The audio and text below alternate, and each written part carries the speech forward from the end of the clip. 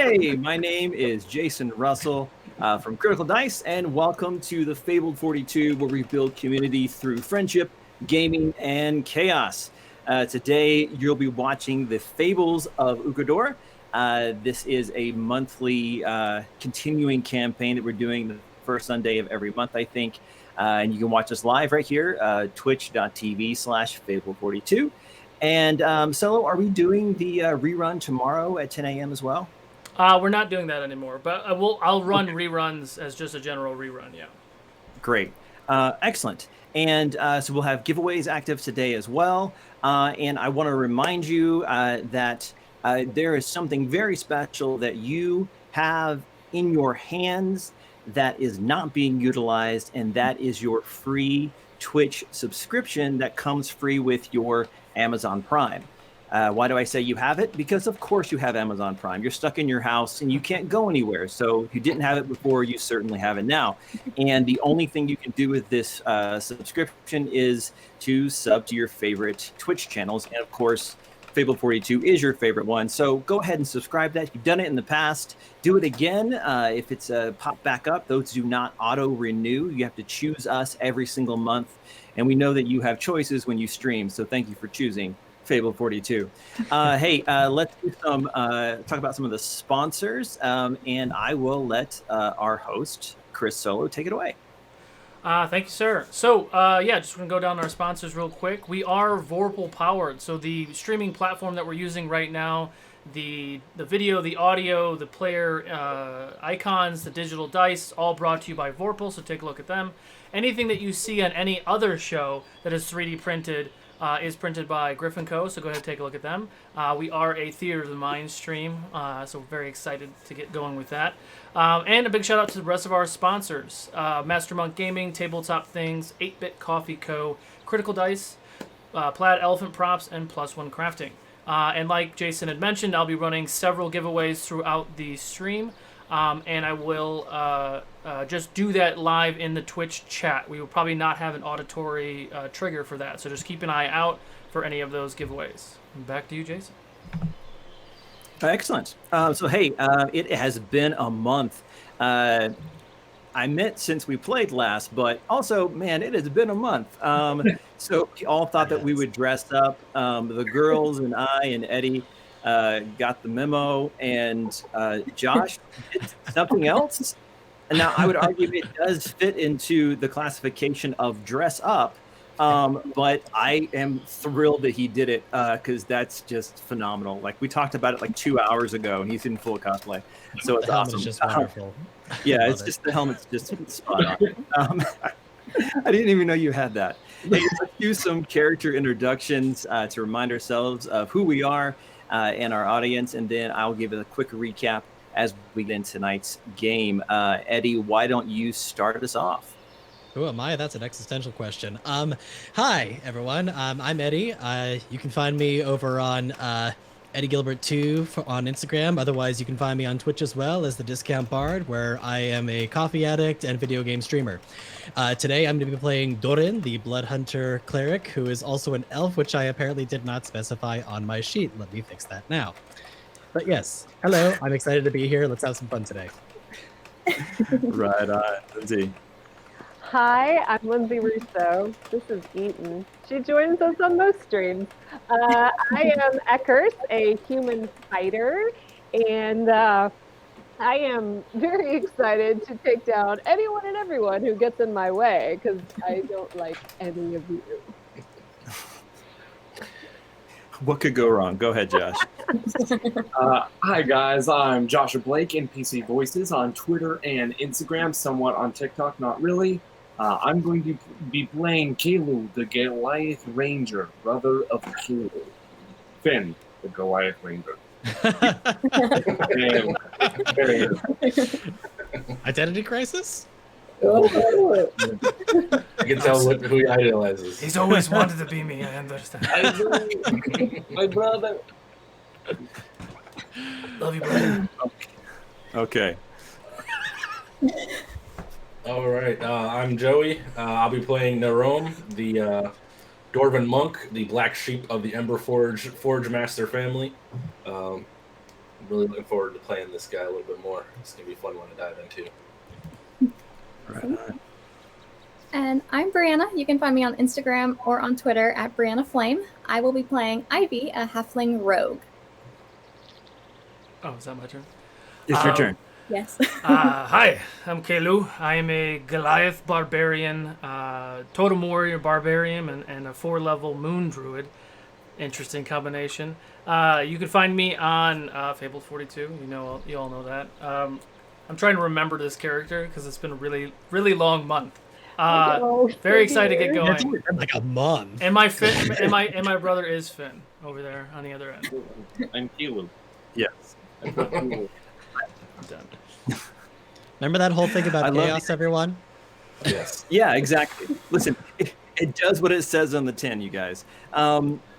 I love the idea that people will be watching this later, one episode after the other, and just like, why did Kalu's accent change to Scottish halfway through? Like, that's just Yeah, I'm weird. still trying to He was remember right. which my accent was. I was like, oh, I should have rewatched the screen. Yeah, I think we're just going to do our best. And also, hi, I'm Jason Russell. I am your Dungeon Master today. You can find me on Instagram at Critical Dice, also on Twitter at Critical_Dice, because Critical Dice was used by a defunct ska band on Twitter, and I can't get it.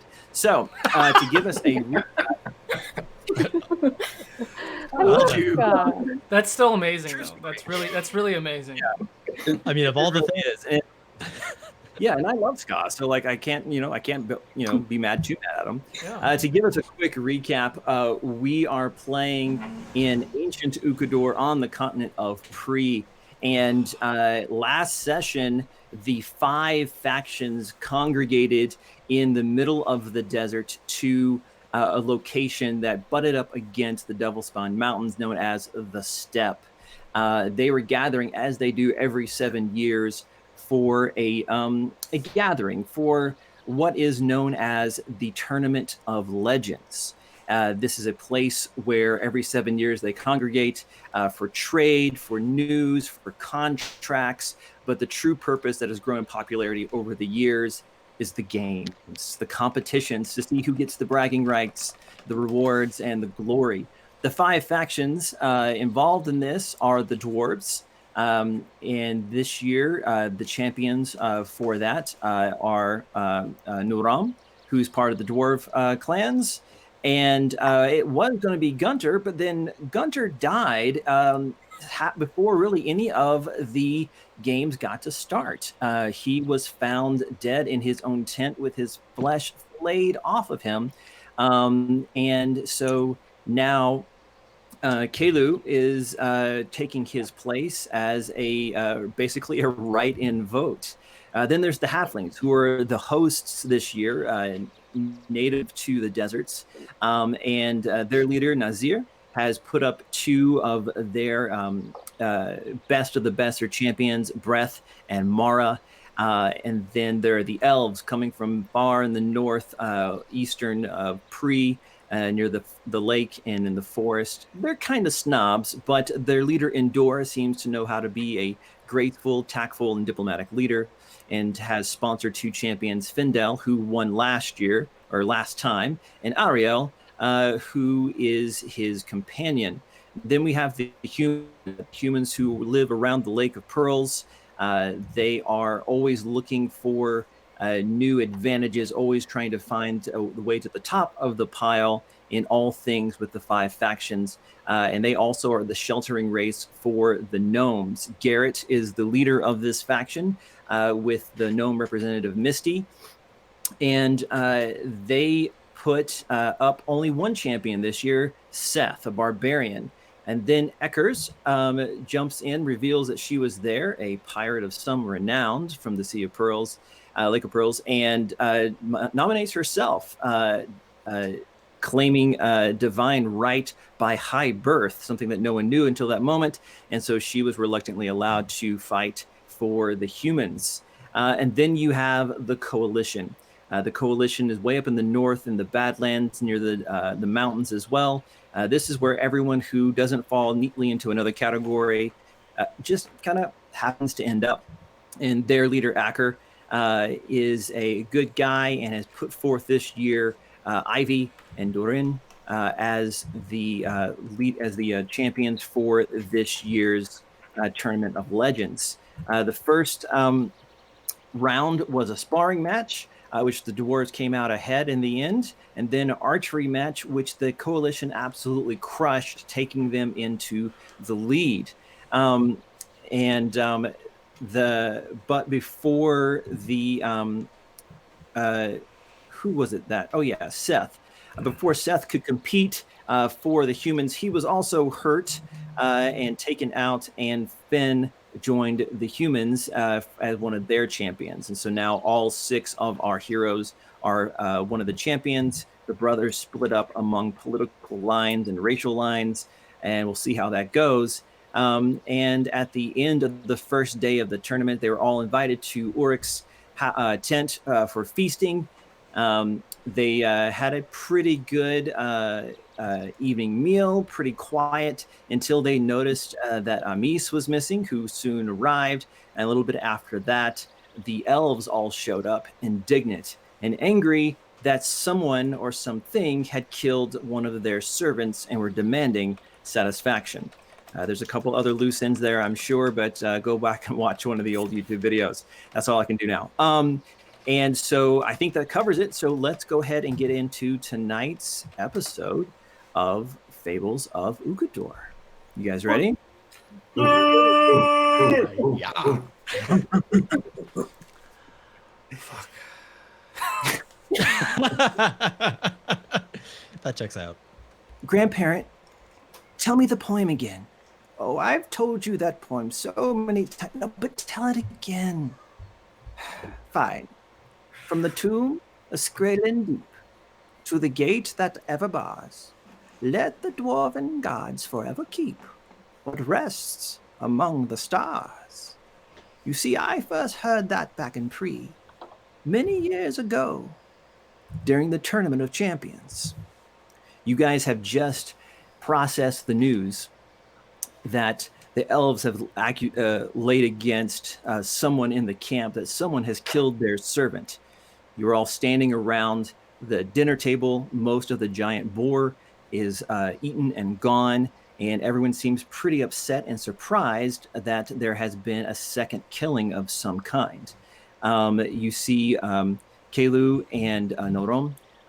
You see Ulrich is keeping his cool, but seems offended that this young upstart, this elf boy, would accuse him of being involved, or that he's somehow not doing his job, that Findel is demanding satisfaction. And as your clan leader and temporary clan leader, you guys have come to his rescue. Also, you can see that Amis is coming forward to try to calm things down. What would everyone like to do?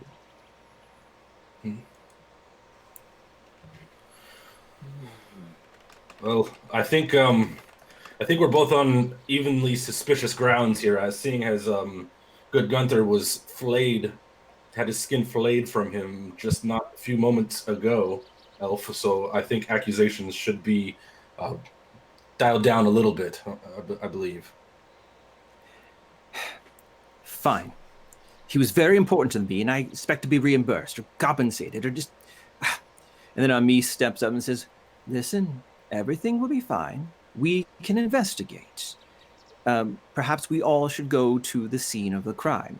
Perhaps we should find out what's going on. Occasionally we do have mistakes, accidents that happen in the course of the games, but this is certainly out of the ordinary. We should figure out what's going on. And he looks to the guild leaders, to the faction leaders, to Garrett and Acker and Ulrich, and they kind of nod their heads like, yeah, okay, let's figure out what this is. And Jason, refresh my memory, I have a note here that says the servant was killed and he was full of sand. Is that correct? That's what he said. That's what the guy said when he jumped in. When Findel came in, he said that he had mounded sand, more or less.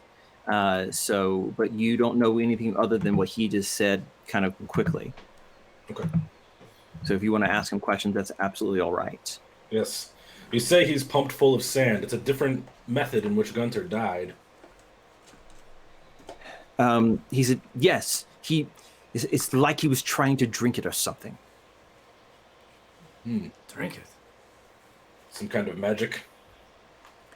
I know that word is taboo around here, but Would I have heard of any magic like that? You can give me an Arcana or a religion check. I don't know which mouse to use. Yeah. I was actually just going to ask the same thing for Doran. Yeah. Anyone who has that inclination can do that. You said Arcana or religion? Yeah. Wah, wah, 11. Nothing occurs to you, Dorin. I got a 3. A 3? Yeah. This is not one of the spells you know. And then Ivy, you notice that Findel kind of looks to Nazir, the clan leader of the halflings, and says, "Is that something you do here for fun? Drinking sand? Is this some kind of trick?" And you see the champion stand up from that faction immediately to stand between Nazir and Findel. And Breath and Mara just like, "What are you insinuating? You need to get out of here with this halfling stuff. We're just as good as you are." And now, of course, he's up here, and they're like, "You need to kind of stuff." But you can see the tensions are starting to get pretty high in here, and Amis is trying to calm things down, but nothing's working so far. Maybe I don't know how. Like what spell was used to put the sand in his belly, but would I know enough about magic that he did not just drink sand, that sand like came from the inside out? Yeah, like it would occur to you that you'd have to be pretty resolute to just drink sand and then keep doing it, after you realized and your body realized, hey, okay.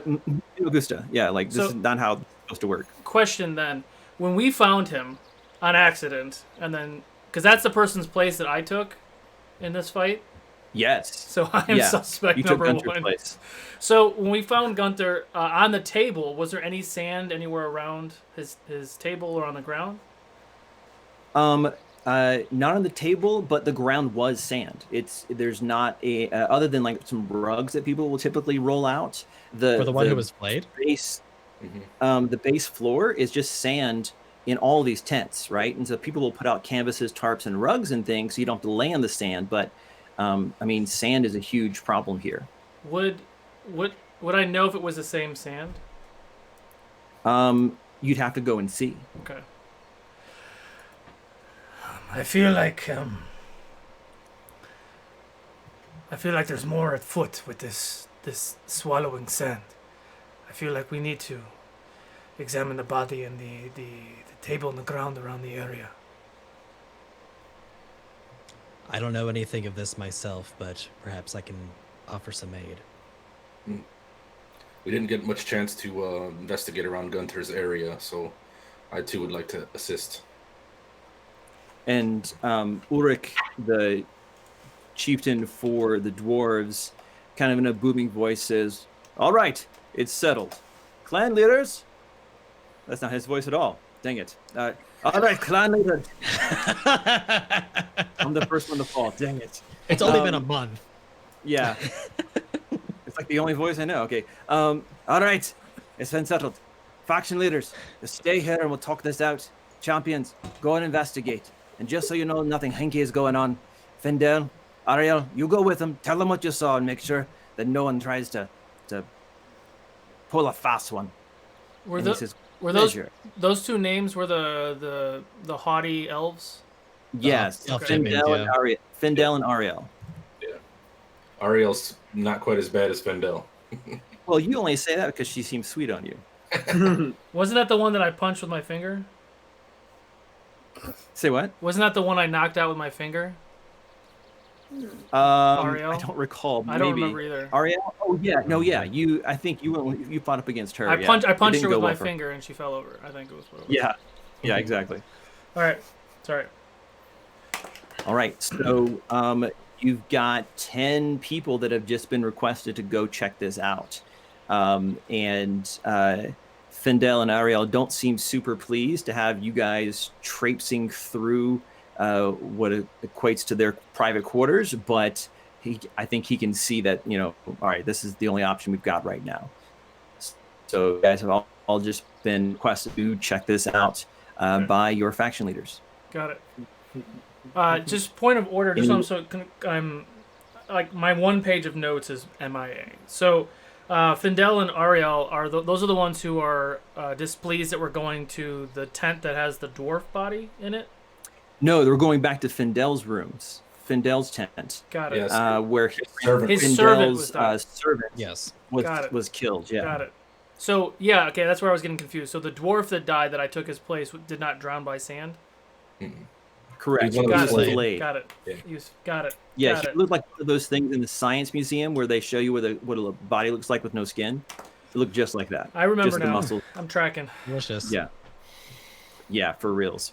All right, so you guys head across to the other side of this kind of semicircle that mirrors the steppe as the different colored tents of the different factions radiate out from the center gaming area, from the dark blue of the elves, of the dwarves, past the yellow tents of the halflings to the dark green of the elves. And you're led to kind of some pretty big tents that there are a couple of attendants that work for the games in general, but they are elves, are standing outside, seemingly keeping guard.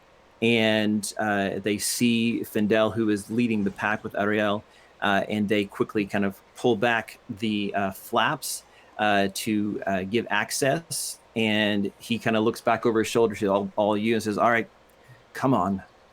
And you're ushered into his rooms. And this is a 30-foot by 30-foot tent, lavishly decorated. There are potted plants in here, vines that have been kind of draped, almost like garlands, like Christmas, coming from the tops of the tent poles and struts.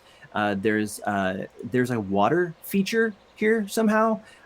There's the almost no sand floor being shown. It's all rugs and carpets that have been laid out. You think they brought a lot of this stuff from home. There's a couple of those half couches.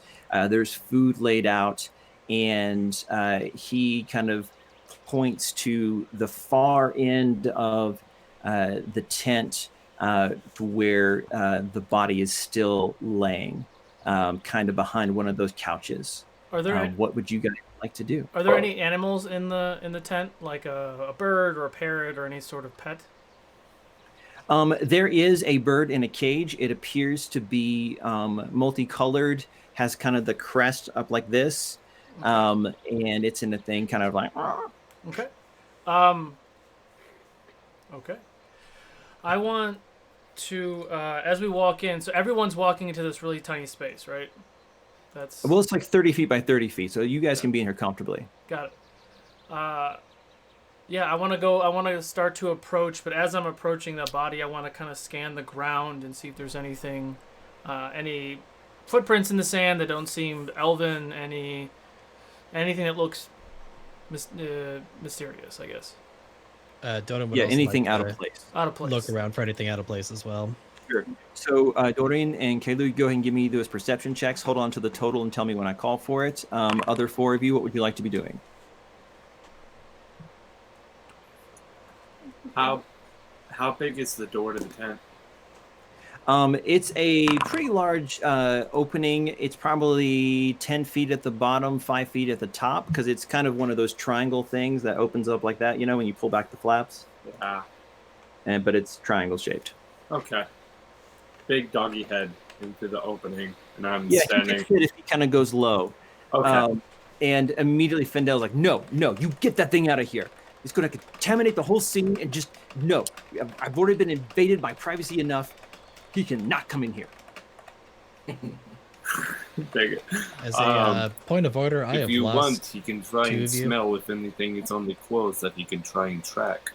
She can try and track. There are 2 people I don't see right now. Okay. Doreen, do you need to refresh? Am I okay to do that, Chris? Yeah, what's the problem? I'm missing 2 people. I'm missing keep people. Josh and Lindsay. Yeah, go ahead and refresh. All right. All right. I'm actually not going to go in the tent. Okay. I'm going to wait until everyone else ducks into the tent, and then I'm going to very, very stealthily start sneaking around the outside and start inspecting the perimeter around the tent. Great. Go ahead and give me a perception check, and I'll let you know. Finn, he says, "Fine, but we get to do this first. Keep that thing outside." She will stay outside with me. And I Fine. turn around and step out. You hear him mumble something and turns his back. Ivy, Eckers, what would you like to be doing? I want to walk right up to the body, and take a look specifically at the sand that they described as him having essentially ate and drowned in, I guess, for lack of a better term. Yeah. Kind of pick some of it up. Does this look like the sand that's in this area normally? Yeah, it looks just like the sand that you're standing on. Something that you do notice is that Kelu and Doreen, what was your roles? 24. 24.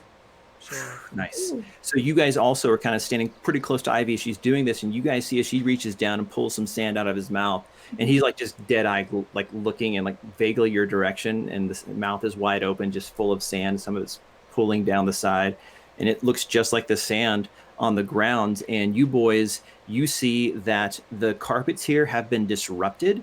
Normally they would be maybe a gap like this. The carpets don't overlap. They're kind of tiled almost. Here they've been flipped back almost. And so he's landing all just on sand and not on the carpets. Eckers, what do you want to do? So, I know we're kind of not sure about magic, but would I have heard of anyone who that might be their calling card as to how they would kill people, how they tend to kill people? Yeah, like that's their jam. That's yeah, their thing? I'm going to say a history check, unless you can think of something else that seems more the alley you want to pursue. Yeah, I'm not good at any of those, so insight's no better. Yeah, I guess we'll roll history with my whole +1 of that.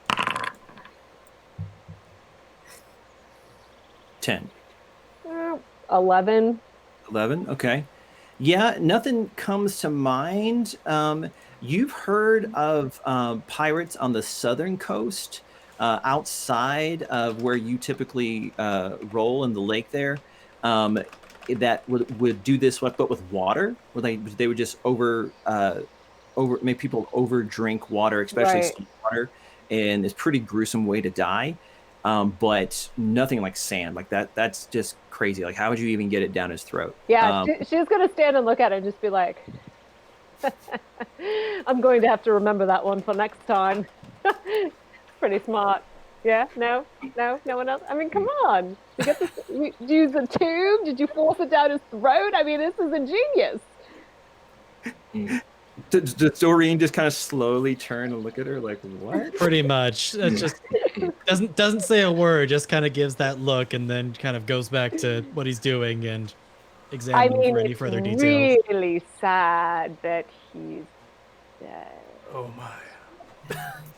No, Rome. What was your roll? 15. 15. Okay, so it's dark outside, but fortunately you are a dwarf, and that's no problem for you. And as you kind of look around on the outside, investigating the perimeter, you do notice something kind of odd in the sand itself.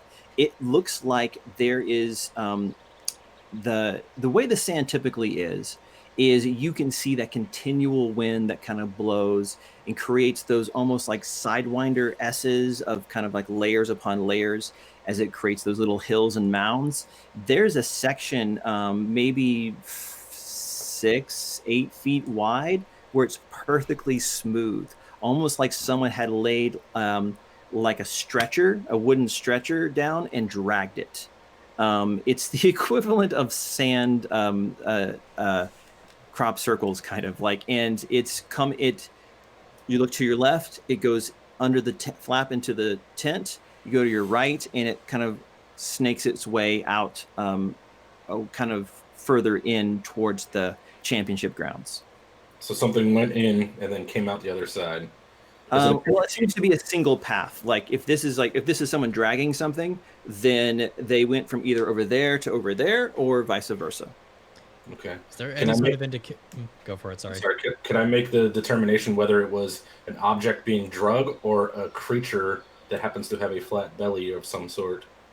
I like that. What do you want to do? You want to try nature check? Unless you can convince me of something else. I can do a nature check. I think I'm okay at that. Yeah, I'm not bad at that. Would I see right. him doing this? Trying to He's outside, so you Oh, don't know he's never out there. Yeah, I'm Yeah. very sneakily, stealthily. Yeah, he outside. never came in. Now, Finn, you may have seen him kind of like, Sherlock Holmesing around to the side, but you're the only one outside. Would I 10? be able to follow? Yeah, you absolutely could. So 10, Nono? Yeah. Yeah. You're not really sure, but maybe we can do something else. Doran, you were gonna say something? Oh, these tracks that you're referring to, they're going through the tent, so we would see them on the inside. Yeah, so I would say that both you, Kelu, and Doran, you do see this kind of flat width expanse going out of the tent, and it kind of more or less starts in the vicinity of the body as well, since you guys got 24s. So like someone had this body on a carpet and drug him in here and then put him on Yeah. the table? Dragging a carpet could absolutely do it, yeah. Okay. Is there any sort of indication as to which direction is origin versus destination? Not really. And as you guys are kind of looking around, Ivy, go ahead and make me maybe investigation checks, Ivy, Kalu, and Doran. Eckers, if you're there, you can do that as well. Okay. Finn, are you being sneaky as you pursue the dwarf? So that- Yeah. well, Yeah. okay. Give me that stealth check for you and your doggy. Sorry, Oh, what yeah. what did you say we're rolling? Investigation, if you want to kind of be Investigation. a part of this further CSI. Gotcha. Oh shoot, so that's a 16. So that's going to be, Jesus Christ, 7. 7? Yeah, you still think this is pretty cool. Doreen, Kalu, 14.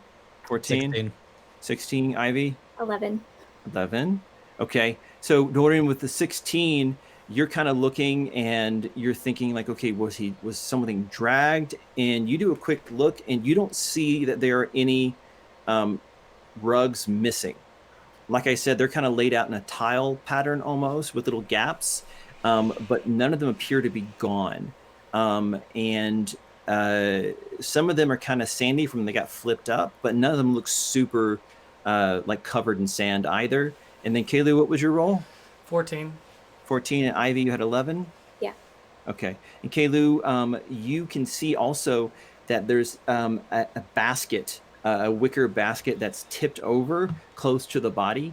And it looks like there's a bunch of clothes in there. And there's actually one garment that is closer to the body than the others, kind of next to his outstretched hand, like he had been holding it or something.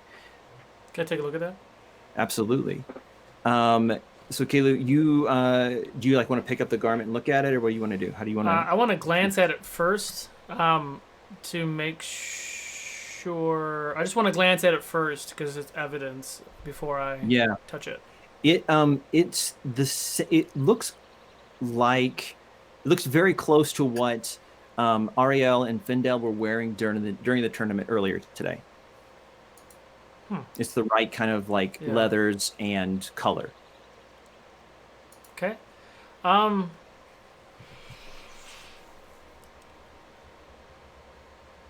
I don't know if I really want to do this. So I want to try something. Actually, let me ask you a question first. If I cast something like Find Traps, would I be able to identify a rug of smothering or anything like that? Yeah, a rug of smothering would probably pop up on that. That feels very trappy to me. Okay. So before I go over there and touch anything, I want to cast Find Traps. Okay. Does that have material or verbal components? Let me check. You sense presence. It just says you sense.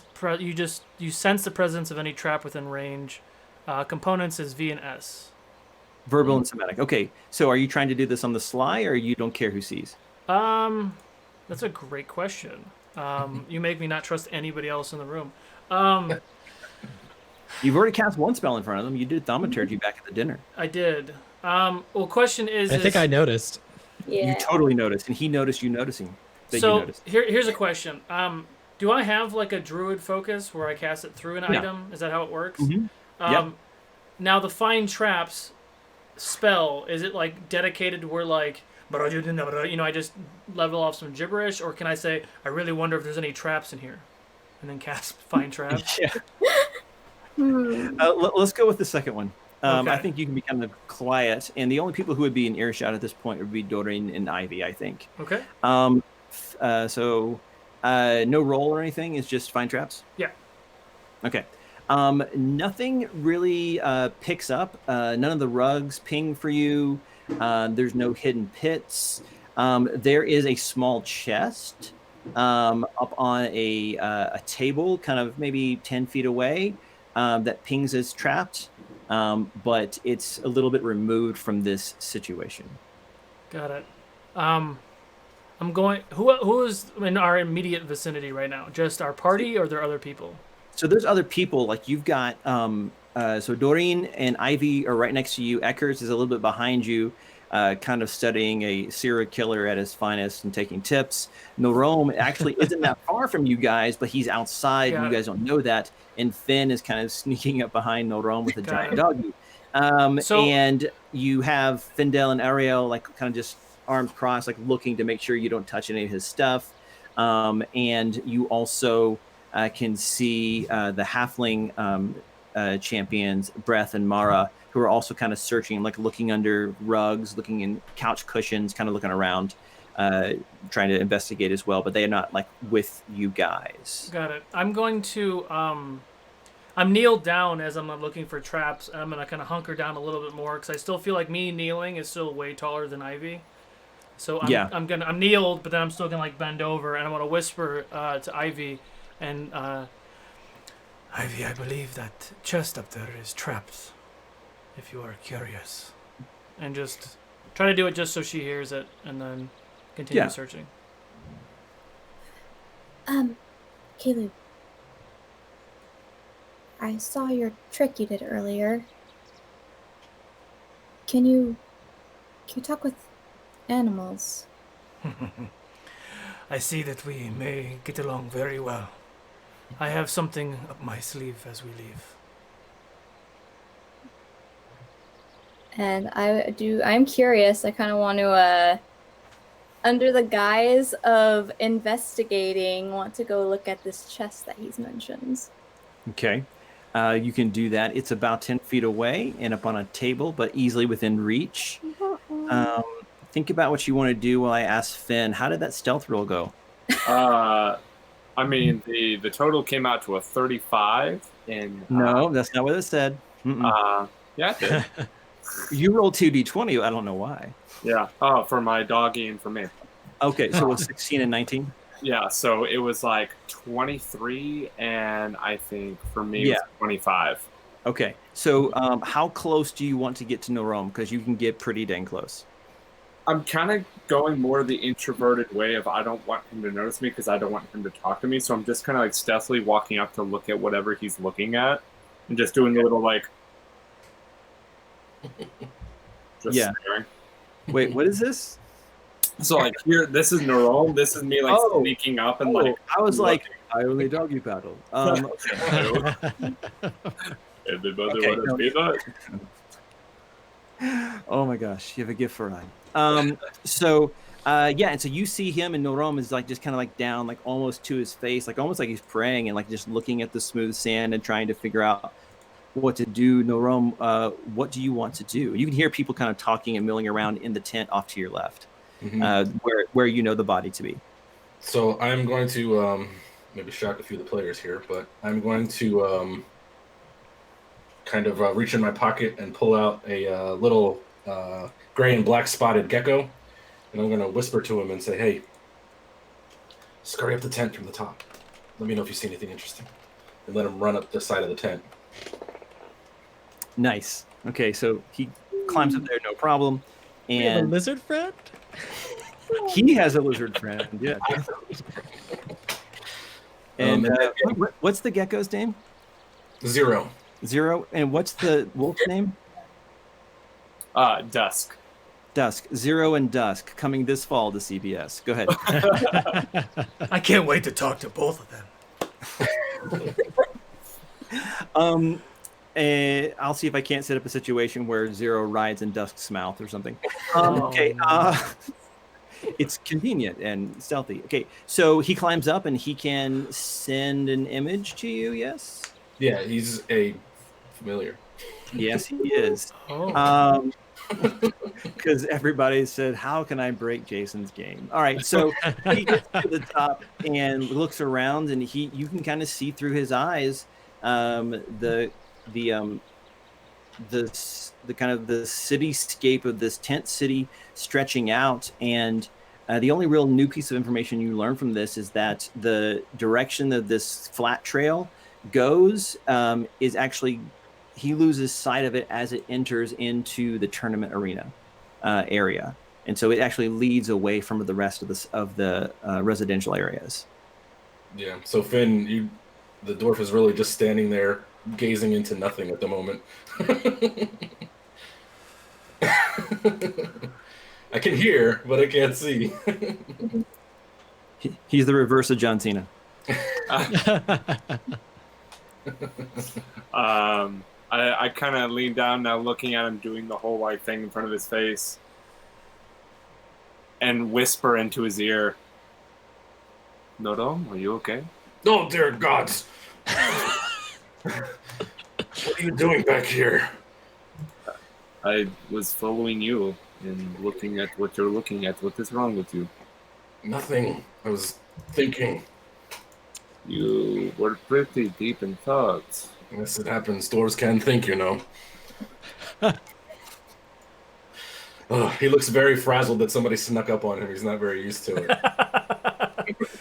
Especially something so damn big stuck up on you. Yeah, double the size of a normal dwarf. That's why I love that his stealth is so high. Yeah. And Norom, you also see, like, as you're talking to him, like your eyes kind of adjust a little bit, and you're like, you see that Dusk is also there, and you're like, oh, good, it's both of them. If I'm as quiet as I think I am. I was just checking in here, and I indicate to the flat, part of the sand. Suspicious, yes. It's either something was drug or somebody or something flattened the ground here as it went in, and it appears to have come out the other side as well. Does it look like any creature I would know of? Give me a nature check. While you're doing that, either way, you can do it. Do it the normal way, I guess. Ivy, so you have gotten up to this chest, and you're doing your cursory kind of look around, see if anyone's watching, and that's before you reach out and you see that Findel is kind of like watching everyone, like nervously so. And you think that there's a probably better than even chance that if you grab this thing, he's going to notice. Okay, DM, can I do something while she's getting closer to that? Yes. I want to approach the bird. Question, I would speak with animals. Does it just come out like me whistling to everybody else? So I want to start talking to the bird from where I am, just whistling very loudly and be very almost flamboyant and excited that there's a little bird here. A, to distract, but then B, also to talk to the bird. Okay, so are you like up to the cage whistling at him, or are you like 15 feet away, like, "Hey, bird, how's it going?" But whistle. I'm gonna start just whistling, just to whistle 15 feet away and approach, and then talk to it. Okay, great. And so, give me a performance check. Ooh. Do it. Very Do it. See it. Hey, dirty 20. Nice. So you start this kind of to have a two-prong benefit, and you see Findel's face looks at you like he's like, "You idiot, what are you doing?" And he just kind of tracks you the whole time as you're getting closer, and you're whistling, and he's like almost like mesmerized, like drawn in, like, can he talk to what is he even? Am I seeing this too? Absolutely. Everyone is seeing Okay. that. Ivy, make your move. Okay, so I actually do not want to try to open this thing, but given the very strange happenings with people around me currently, the trap that he's mentioned, am I able to ascertain if it's something that someone like me with no arcane capabilities whatsoever would be able to disarm, or is this beyond my capabilities? Let's do this. You can either do an investigation check or a sleight of hand check to kind of determine how the thing is trapped. Because all he said was, I'm pretty sure that thing's Trapped. Hey, There you go. would be a 28. 28. Nice. So you're able to take out, like, I'm going to guess, like one of the thieves' tools, like just one, like kind of as a prodder, it's like kind of a preliminary assessment. And you look and you're like, oh, okay. So this thing, if you don't push the button on the bottom when you put the key in, there's a dagger hole right here that's a dart that's going to poke someone. So yeah, so this is trapped. Like it's well made, but it's a pretty standard, like, don't steal my stuff trap. And if you could lock it but also push the button, you could probably get past it. Okay. I am not going to test it in front of everyone right now. I'm just going to keep that back of the mind, and then also be very confused as to what Kayla's doing. Yeah, I think everyone is. So Kaylu, let's resolve that. So what would you like to say to the bird? How long does this last? A minute? 10 minutes. 10? Oh, good. Let's do 10 minutes of this straight in real time. Okay. All right. What would you like to say? almost cracks a bit of a smile while he's doing this. So essentially, what do you want to say to the bird? I want to grab just some breadcrumbs from my rations and just kind of feed the bird and just say. I thought you were going to say from your beard, and I was like, yes, that tracks. Go ahead. Sorry. I'm a friend. Just want to speak to you for a moment. Hi, friend. Have you seen anything strange in here? Yeah, lots of things. Do you know who brought that body into this tent? The man? Which man? The body man? Yes. It occurs to you that birds don't have a natural high intelligence, so you might need to be guided here. Yes. Yes, the man that is lying on the table behind me. He did. Do I see where he's pointing? The body man. Is he pointing in any direction when he's saying that? Yeah, he's getting like click click, and he's kind of gesturing towards where the body is. Got it. Yes, that man. Do you know who put him on that table? He's on the ground, but yeah. On the ground, yes. And the bird's like, body man did. Would I understand that he means that the body walked in here and dragged himself in here? That would be a fair assessment, yeah. Well, See, he's either telling you that, or he's telling you that his twin brother killed him or something. Oh. Does he have a twin brother? Okay. I was not prepared for this. I put a bird in his room for you. Okay. I know. So the bird so far is basically telling you that this guy walked in. Anything else you want to ask about him? Who was in the room with him? No one. Well, thank you.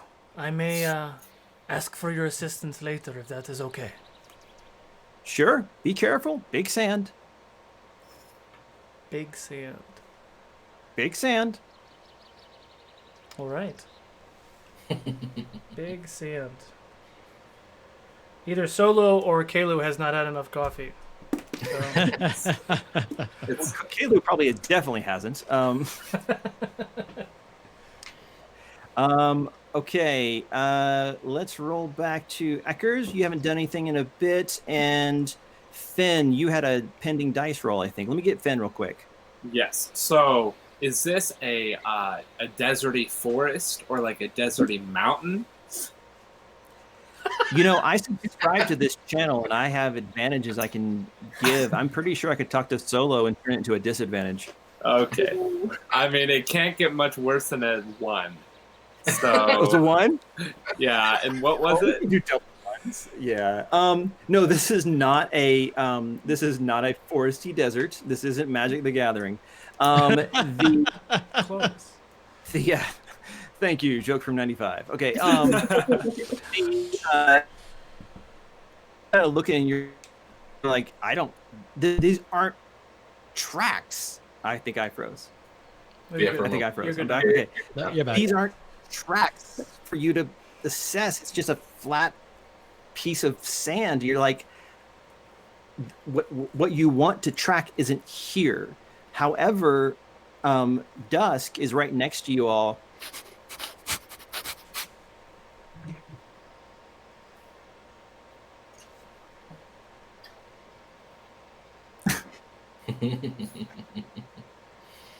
There might be some delay going on here. So Finn, what do you want to do? I would just kind of like to scratch his nose and be like, lead me to wherever it is. Norom, do you want to come with us? I do, yes. Let's be extra stealthy. You seem to be pretty good at that. Okay. So I'd like to follow Okay. on behind Dusk. Yeah, and Dusk takes off going a pretty decent clip, about 20 feet per round. Like you're like, this isn't like a gentle walk. This is kind of more like, oh, okay, we're going someplace here. Okay. Eckers, you're in here. Yeah, Eckers, you're in here watching Dr. Doolittle do his thing. Sneaky McSneakface do stuff. Doreen looking awkward, quiet in the corner. What would you like to be doing?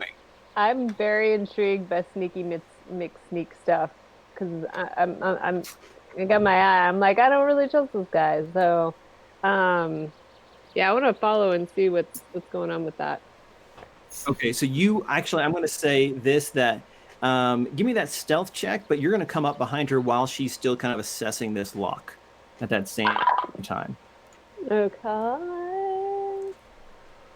17. Did you stop it? Nice. So you look over her shoulder and you have some rogue training as well. And so you see her pull out a tool that you're very familiar with, and she kind of like assesses it and looks and sees a button, puts it down, and you see her kind of like figure it out. Like you can see that spark of recognition, and then you see her put it back and not take it like you probably might. So, and you're like right behind her. She hasn't noticed you You yet. seem to be very experienced in using these tools. I'm wondering, what does a person of your background have a need for that type of skill? You're asking a lot of questions. I Are think you the saying this body- loud and audible? Me? No, I'm saying it to her. Yeah. I'm not like Okay, so this shouting is it. Stage whisper. Yeah. Mhm. yeah, stage whisper. Seem to be very familiar. He with thinks the the lady ASMR Duffer version of does it. too much. Yeah, you seem very proficient in being able to pick those locks. I'm very intrigued about that. Well, who taught you that? Why do you know these things? Also, why didn't you open that box? glancing at the box. Without a key and pressing a button at the same time, I'm gonna get stabbed. I'd rather not happen. So You seem to know how to pick the lock, though. Wouldn't you be able to circumvent that? more than likely. Maybe not with a bunch of people looking at me, though.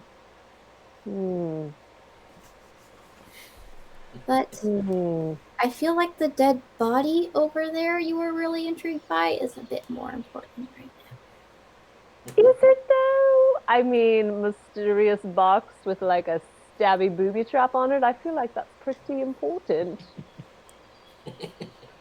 It's pretty interesting. I would really like to see what's inside that box. I mean, he's already dead. He's not going anywhere. We don't know what killed him. It's obviously not going to tell us here, but perhaps something in this box could tell us. It's Findel's box, right? Yeah. It's in his rooms, yes. Yeah. It's just his servant that's dead. Yeah. Yeah, exactly. He's just a servant. I killed him all the time. I also feel like I need to get a box with Gwyneth Paltrow's head in it as a prop because it happens every day. Just Yeah. While the two rogues are assessing this, Yes. Dorim would like to take another closer look at the body.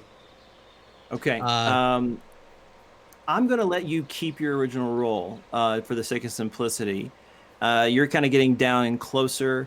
Was there a particular area you wanted to look for, or just looking more?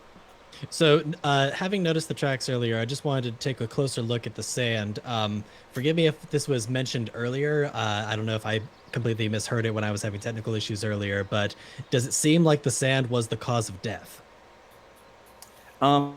It would be, yeah. I mean, his mouth looks like it's just overflowing with sand. Like you can still see some of it kind of like trailing out the side, like drool would, but in this case, sand. And you can even see it in his nose as well. Doesn't seem that way. You could roll a medicine check and try to determine if this would be kind of accurate information. DM, while he's doing that real quick, when everybody's done and leaving, I do want to do something. 18. Okay.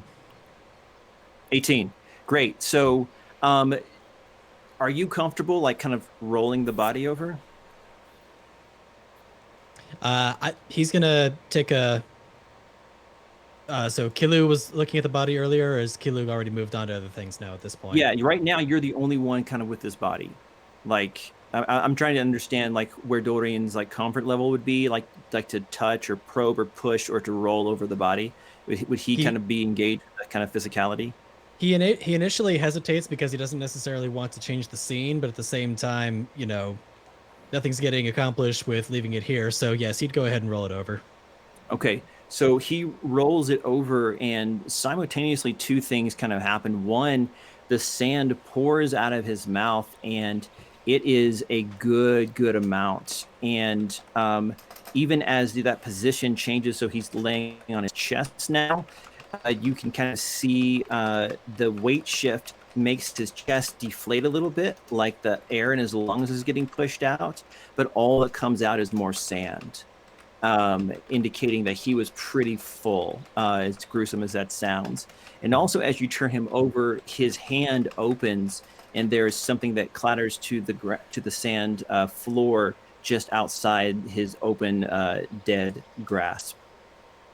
Dorim would immediately try to look and see what that was. Yeah, without having to even roll or move it or anything, it's facing up, and it is a item that you're very familiar with because you have one too. It's the champion's badge that you were all given at the beginning of the tournament. And this one looks like just like all the other 9 that were given out, and it was in his hand. Does it look like the one that the dwarf had? The one that died? He would have had one too, yeah. Would we have seen this? Because obviously in him rolling the body over, that would make a bit of a commotion. Yeah, I think you girls would definitely kind of like notice there's something interesting happening again, because especially as Eckers, you were making the move of, or rather Ivy was like, hey, dead body kind of important. And you're like, no, it's okay. It just got interesting again. I see your point. And so you two could go over for sure. And you guys, if you kind of come up, and if Doran, you're not trying to hide it, you can also see there's that champion's badge. Forgive me, I forget. Do the champions badges all just have a generic look, or is there anything distinguishing faction?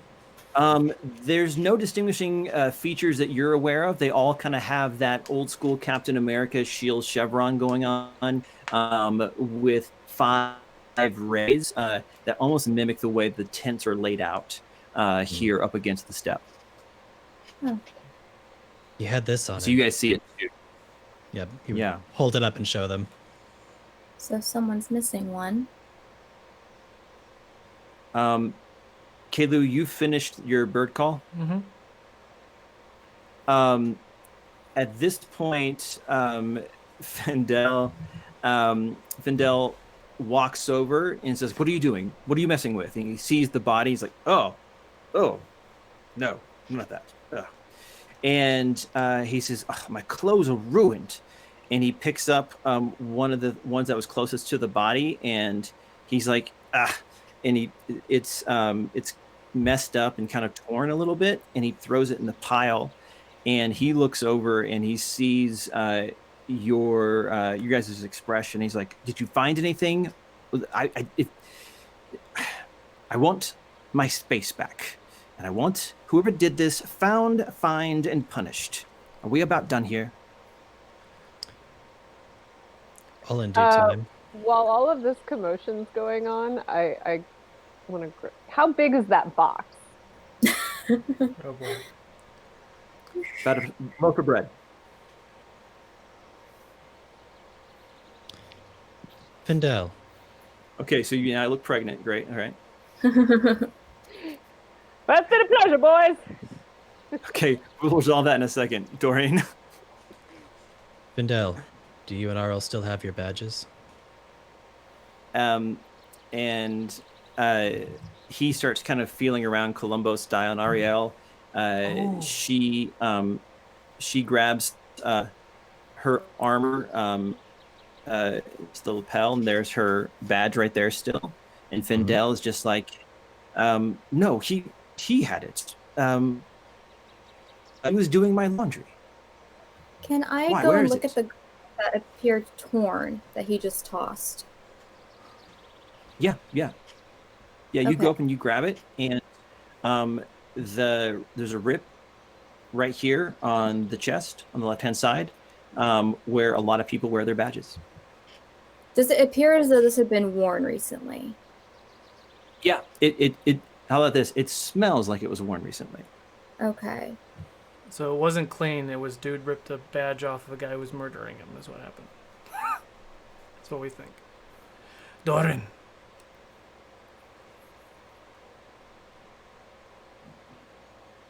Yes. I don't think he heard you. There might be some lag going on. Yeah. Go ahead, Doreen. Oh, okay. Doran, come here. All right. Doran would quietly go over to Kilu. I'm gonna whisper to Doran. I believe we are on the same page. I'm going to trust you. You seem to have some similar animal traits that we can maybe discuss at a later time. Yes. I might be MIA for about an hour, but I need you to guide me when the time has come to leave this tent and go somewhere safe. To guide you in what way? Hold my hand and make sure I don't fall over shit. Okay. I'm going to be in a deep meditation. I see. I am ready to go when everybody else is. And I'll say that to everybody else louder. What was that? Who has the badge in their hand? Unless someone took it from me, Doran would still have it in his hand. He asks if you found it. You were holding Ivy up the breastplate to the clothing he was wearing earlier, and he sees that, and he starts looking around, and Doran, he looks over in your hand and sees it, and he snatches to grab it and says, give me that. That's my property. Yes, and it seems to have been ripped off of that garment that you so hastily threw to the side. It was dirty. Smelled like a yak. He was doing my laundry. I was getting ready for the dinner. Was anyone Any else? reason? Dorian then Ivy. Any reason why it would have been so forcefully removed? I have no idea. Ivy? Was anyone else here? Yes, I was with some of my other attendants helping me dress. You're a bit of an arse. Like, are you always this callous about the people who work for you? I mean, honestly, you wouldn't survive without their help, and you're just gonna throw their stuff away and not care that they've been murdered. Ariel is kind of standing behind him and pipes up and says, "That's rich coming from you." Hey, I respect people and the work that they do. I have no respect for people who have everything done for them and, prim and proper and can't fend for themselves and have to be dressed. I worked for everything I got. Findel's like, "I only take the privileges that are due to me as one of my station. You wouldn't understand." And Eckers just kind of laughs under her breath. I will stab you in your sleep. Echoes, Dorin. Ivy, I think it's time to go. I agree. Yes, I think it is. You make me sick. Dorin would stare Findel straight in the eye, and he would say, "You're an embarrassment to our race, and that's coming from me." What he said. So, DM, as everybody leaves the tent, I'm gonna reach for Dorin's hand and grab his hand. Dorin, you're probably the only one that would see this because I would do it in such a way. You'd watch my eyes go white, and I'm gonna reach in and put my finger into the bird cage to kind of say goodbye to the bird and cast Beast Sense, which lets me see and hear through the bird's perception for an hour. That's a nifty trick. It is a nifty trick. You get temporary familiar. Nice. Speaking of familiars, Finn and Norom, you guys are following Dusk, and you're basically out into the middle of the desert between the steppe, that sheer cliff face that goes up 100 yards or more, and where the tents are. And Dusk is still on the trail. Did you take Zero with you when you went?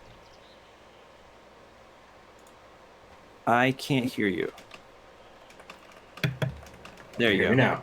Yes. All right. I can dismiss him, however I need. So I would have just clicked my fingers as part of us running off, and Okay. He would just kind of go to that demi-plane of safety. Yeah. All right. Great. So Finn, you can tell that Dusk is leading you guys, and the trail closer and closer to the steppe. And the trail now has become completely olfactory. That kind of smooth thing faded away into just the normal desert environs about halfway between here and there. You don't know if that's because whatever it was stopped making a trail, or if the wind and things just kind of took care of that in a natural way now that you're in a place that's not sheltered. And Dusk is heading you guys straight for the steppe, and he's actually listing a little off closer to the right, as opposed to kind of the center where you have the switchbacks and even that simple pulley system to help people arrive at the top. And it's just the two of you out here with Dusk. I believe the wolf is on to something. We need to be careful and quiet. I don't know what we're running up on. Can you have the wolf approach more cautiously?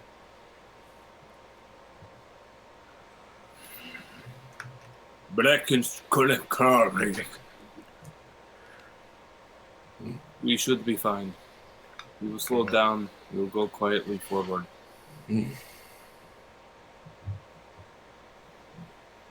Okay. As you continue to follow him, you guys are approaching the steppe, and you're seeing there's a few boulders and things. Not really foothills. We described this earlier when Doreen took a kind of private moment by himself away from everything, that there's not really foothills. The steppe really is pretty sudden in its departure from the flat surface of the desert. But there are a few boulders and things that lead up to that. And as you wind through there, you actually come across what looks like a giant boulder that is sitting right in front of the steppe, and you can see that boulder is recessed into the surface of this cliff face. as though it is blocking the way into a tunnel or something. And he sits down and looks at you.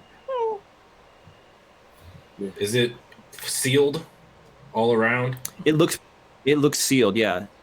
Only the fact that it looks like some of the rock is missing is the only way you can kind of tell that maybe this is recessed in some way.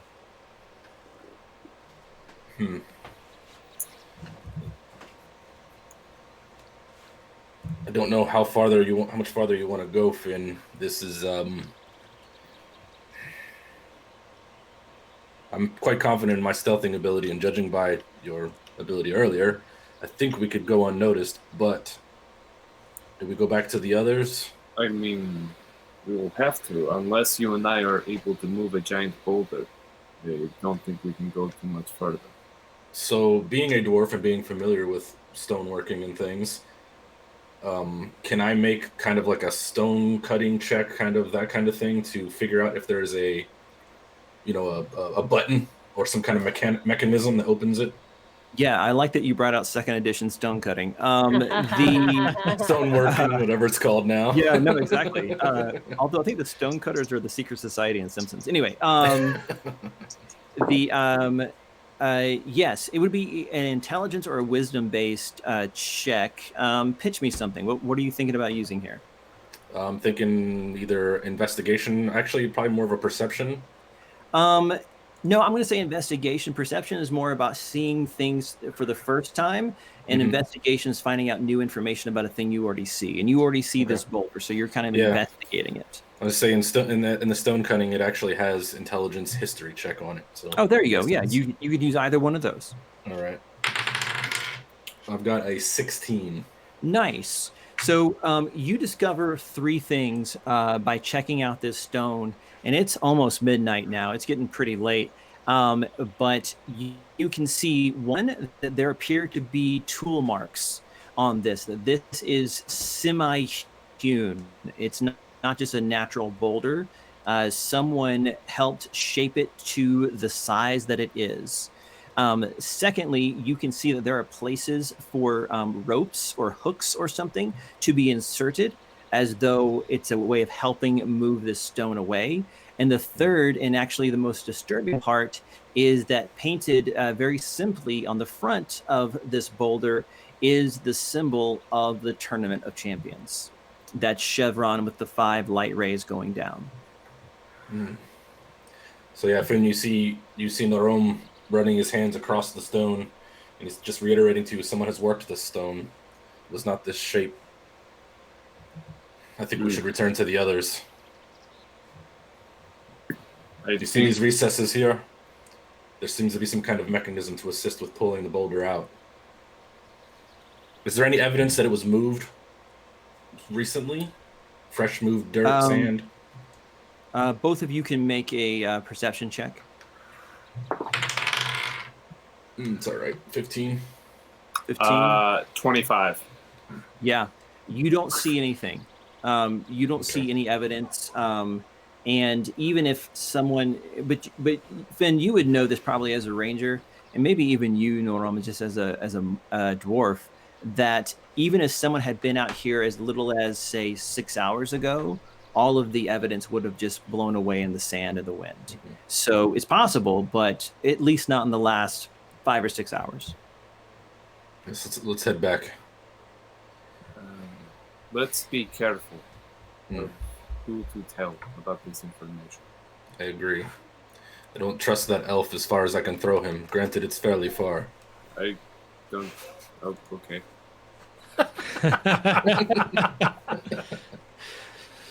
I don't really trust anyone, but I can't throw anyone very far, so I think I go along the same lines. Oh, brother. Let's go. We'll full movement, full dash, like quick back to the place. Hustle. I'll jump on Dusk for this portion. Right. And you're surprised that Norom is actually pretty quick for a dwarf. You're like, dang. So it seems like with Kalu's kind of exit, everyone was following and leaving at the same time. Eckers, Ivy, you guys are good to go?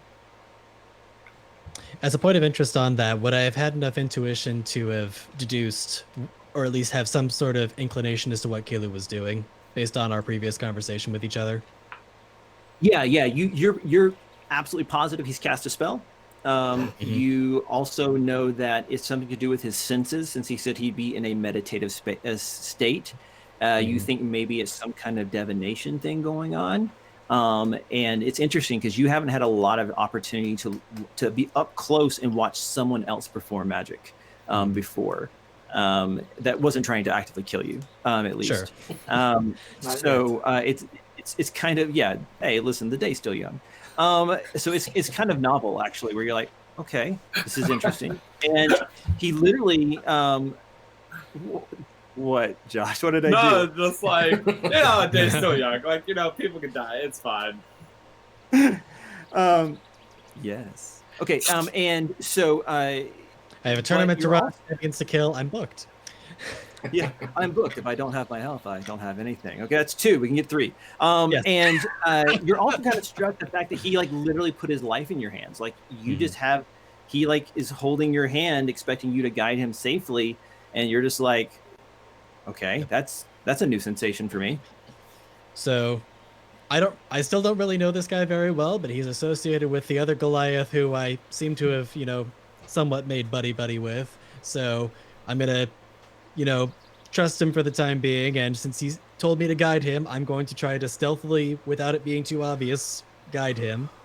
Okay. I also acknowledged the fact that you smelled animally. It was a very blatant.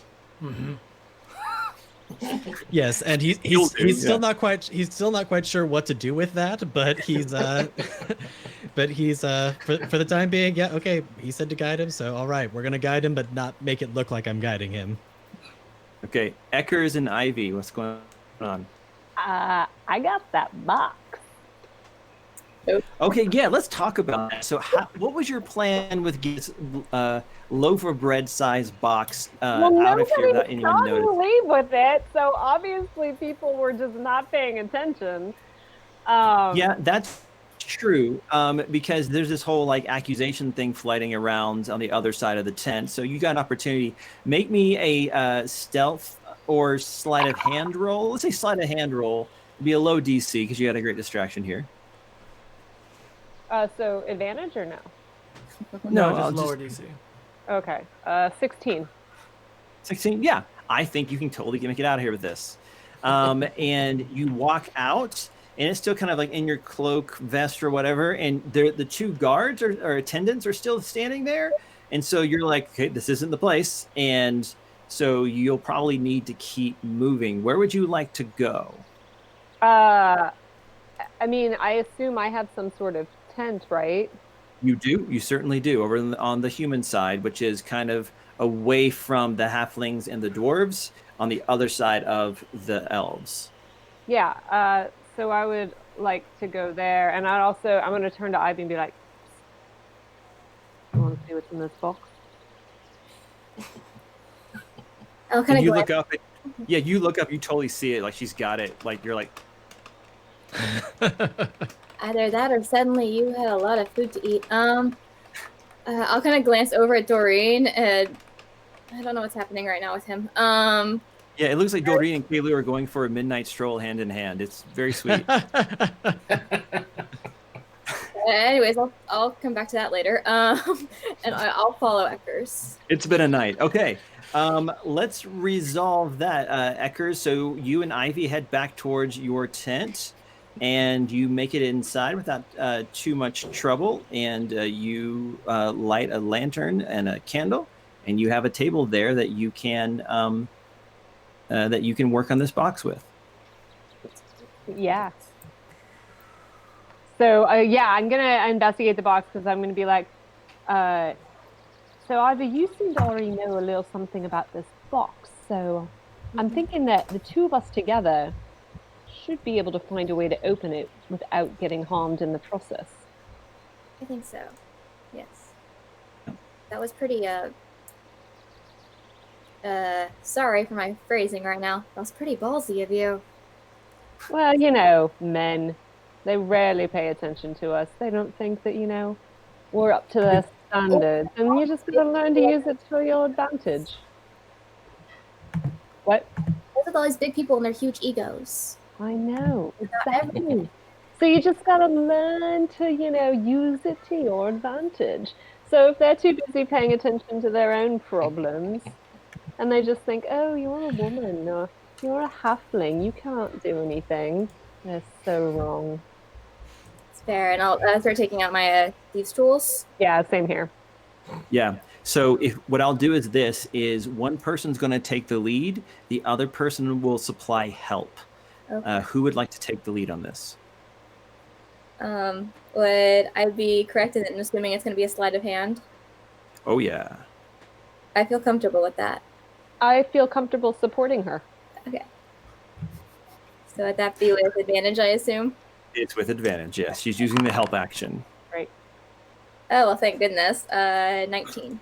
Oh gosh, that modifier. Thank the Lord. All right. It's a Palm Sunday miracle. Okay. Yeah. You are able to get in there and simulate that key motion while she's holding back and hits the button. You're like 3, 2, 1. She hits it. You turn it, and you see that the dart comes out, but you're ready for it, and you move your hand out of the way, and it kind of stays there. But the box is actually open. Now, something you do find interesting about the mechanism is that this dart isn't like a shooty dart; it's a stabby dart. So it just emerges, pierces whoever's holding the box, and typically would retreat, but you kind of stopped that mechanism halfway. Okay. Okay, yeah, so What's in open the box? lid. You find that this box, and you kind of had wondered, Eckers, while you were carrying it, why it wasn't like jingling, or you don't hear things like moving around inside. Like if this was a coin of chests, a chest of coins, then it'd be like cha-ching, cha-ching, cha-ching, cha-ching as you're trying to sneak away, which is always a kind of a problem for the rogue types. But it's actually made no noise really. And so as you open it, it's like velvet lined and with some recesses, and there are 3 stoppered vials inside here that are kind of laid in this velvet padding so they don't shift around and move during transport. And they are each full of a different color and quality of liquid than the others. There's 3 of them, and they are stoppered.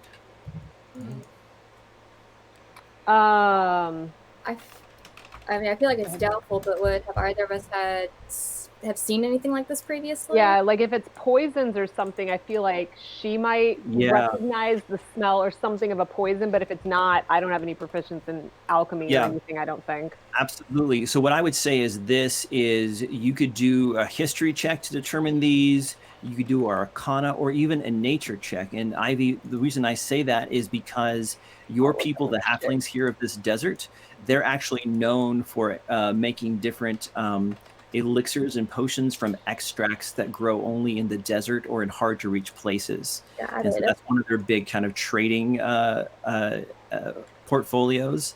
And so you might be more familiar with some of these, especially if they were made by your people.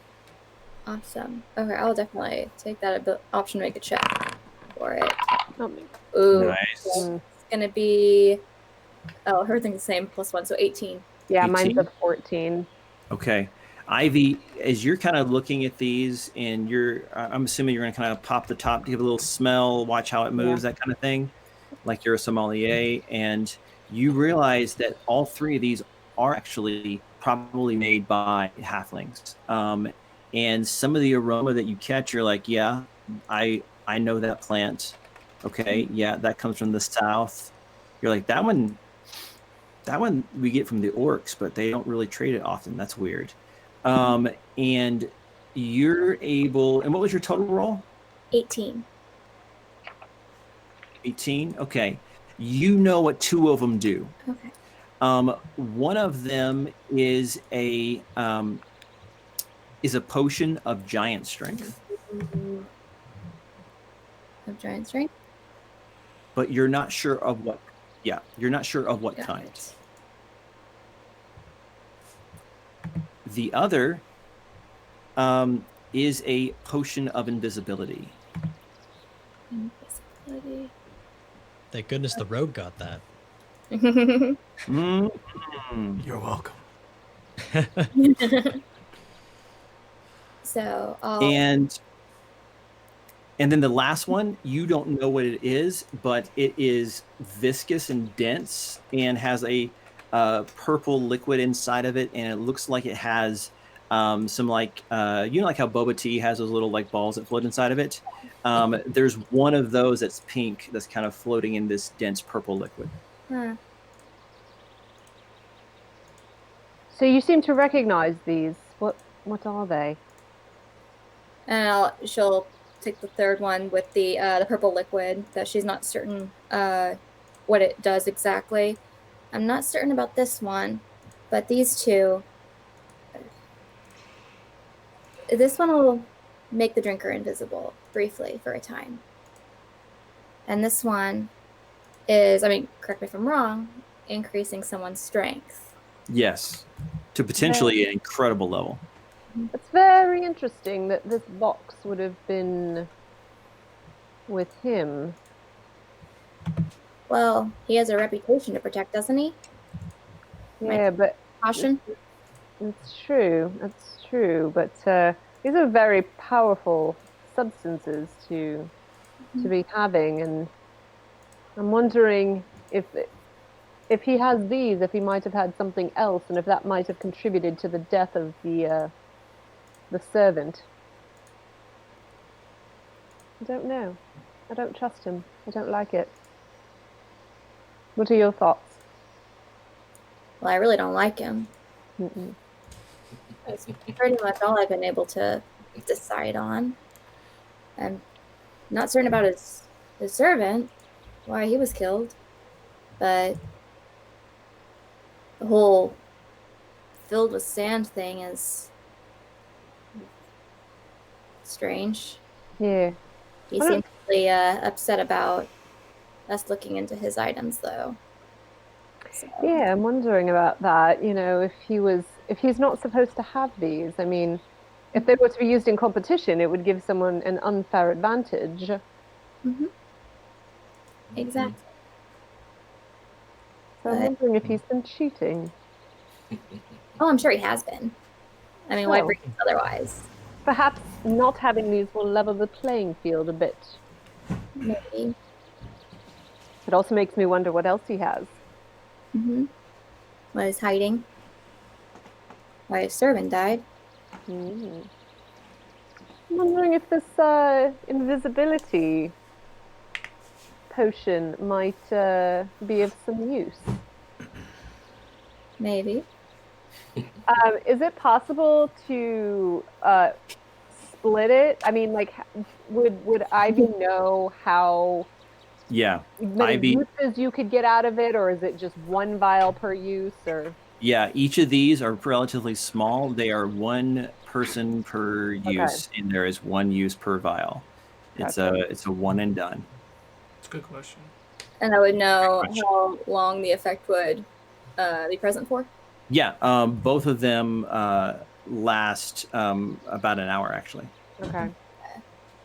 Ooh. More than enough time for someone to be juicing and win the tournament. Mm-hmm. Right. Mm-hmm. Okay, so where do you guys want to stay here? Are you heading back to Ulrich's tent where all of this first started to meet back with the faction leaders and the boys, or what do you guys want to do from here? Was everyone going back there to meet up? I must have missed that. Okay. Yeah, that was kind of, it wasn't stated, but it was like the faction leaders were going to stay there to kind of talk things out and sent their champions to investigate this, since you are literally probably the most capable people on this sand. Okay. Well, I say we keep this between us, but perhaps there might be some more investigating to do tonight or something. You might be very good at that because you are smaller in stature than I am, and invisibly, if you're invisible, you can sneak around and get into many places with ease. So I'm going to hand her the vial that's containing the potion of giant strength. Yeah.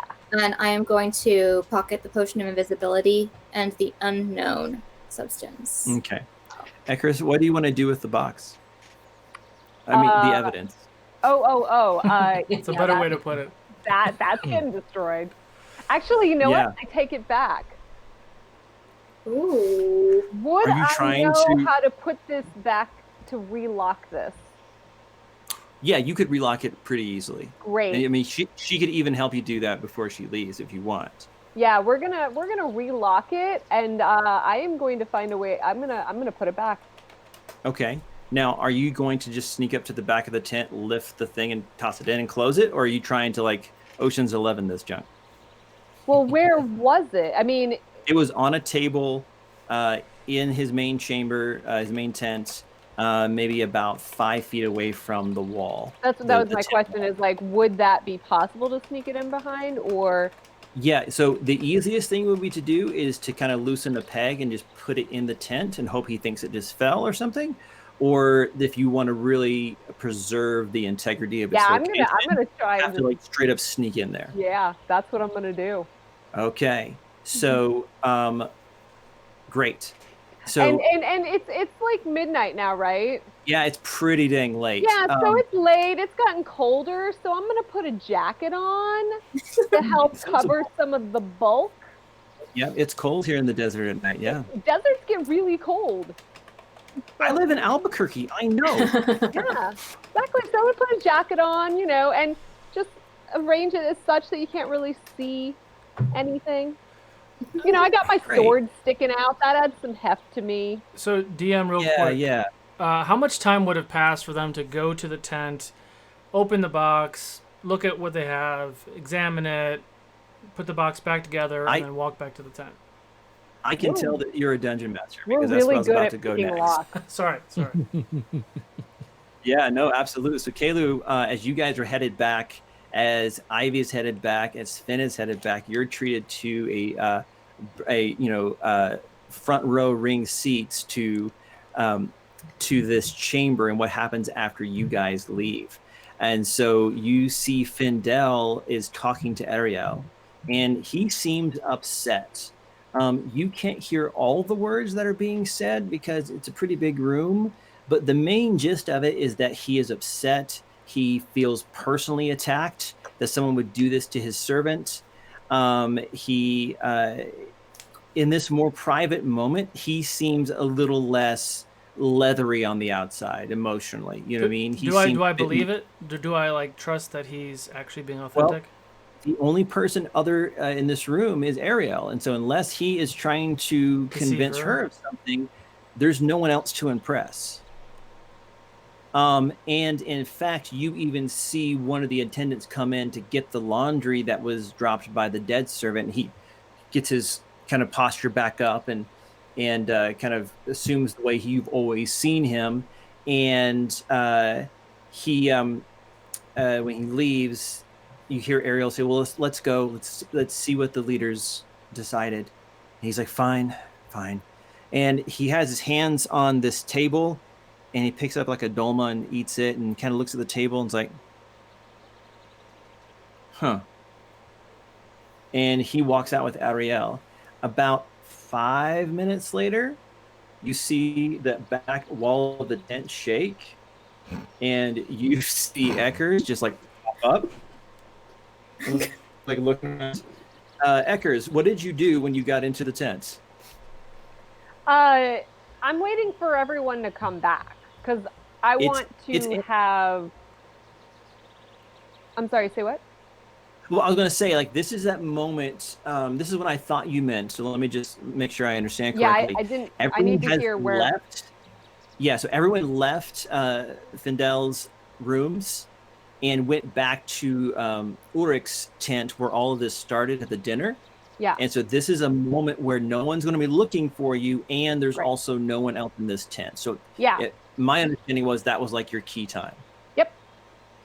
Okay, so you sneak in and just put it right back. Boop. Okay, taking anything else while you're here? You doing a little window shopping? Oh yeah, what do I see? Oh shit! Why did I ask that? I can't control the bird, right? Let me double check this. I can just hear through it. Let me know if you can. You're seeing this just like. No, I could just see and hear what it does. Yeah, there's a sort of food set out. boy. There's some weapons that have been like oiled and shined and cleaned for the day, sitting on racks. There's like blankets and tapestries, and there's the plants, and there's this bird in the corner in this kind of really nice cage. There's a couch. There's a bunch of different stuff. This is just kind of like a kind of posh elf's temporary digs. Okay, so I have a question. Yes. So I obviously saw Kalu talking to this bird earlier. You sure did. In my travels, would I have heard stories of people who are able to commune with creatures? Oh, absolutely. I think that you even occasionally talk to a couple of what they call the old men, who often can tell you weather in advance Great. on the waters. I'm And going to put a rumors cover are over that this they bird can cage. talk to birds. Yeah, Excellent. I'm going to cover up the bird cage. Okay. And So yeah, I'm going to there's a piece of cloth for that. covering up the Do bird it. cage. Okay, And then, Kaylee, yeah. you see the thing go. First, you see her face, just like, and she covers it. Eckers? And then I would like to listen if I hear anyone outside the tent. Anyone You can hear a little shuffling. You think those attendants might still be outside, but the flaps are closed. Great. Yeah, I'm gonna look through his stuff. Okay.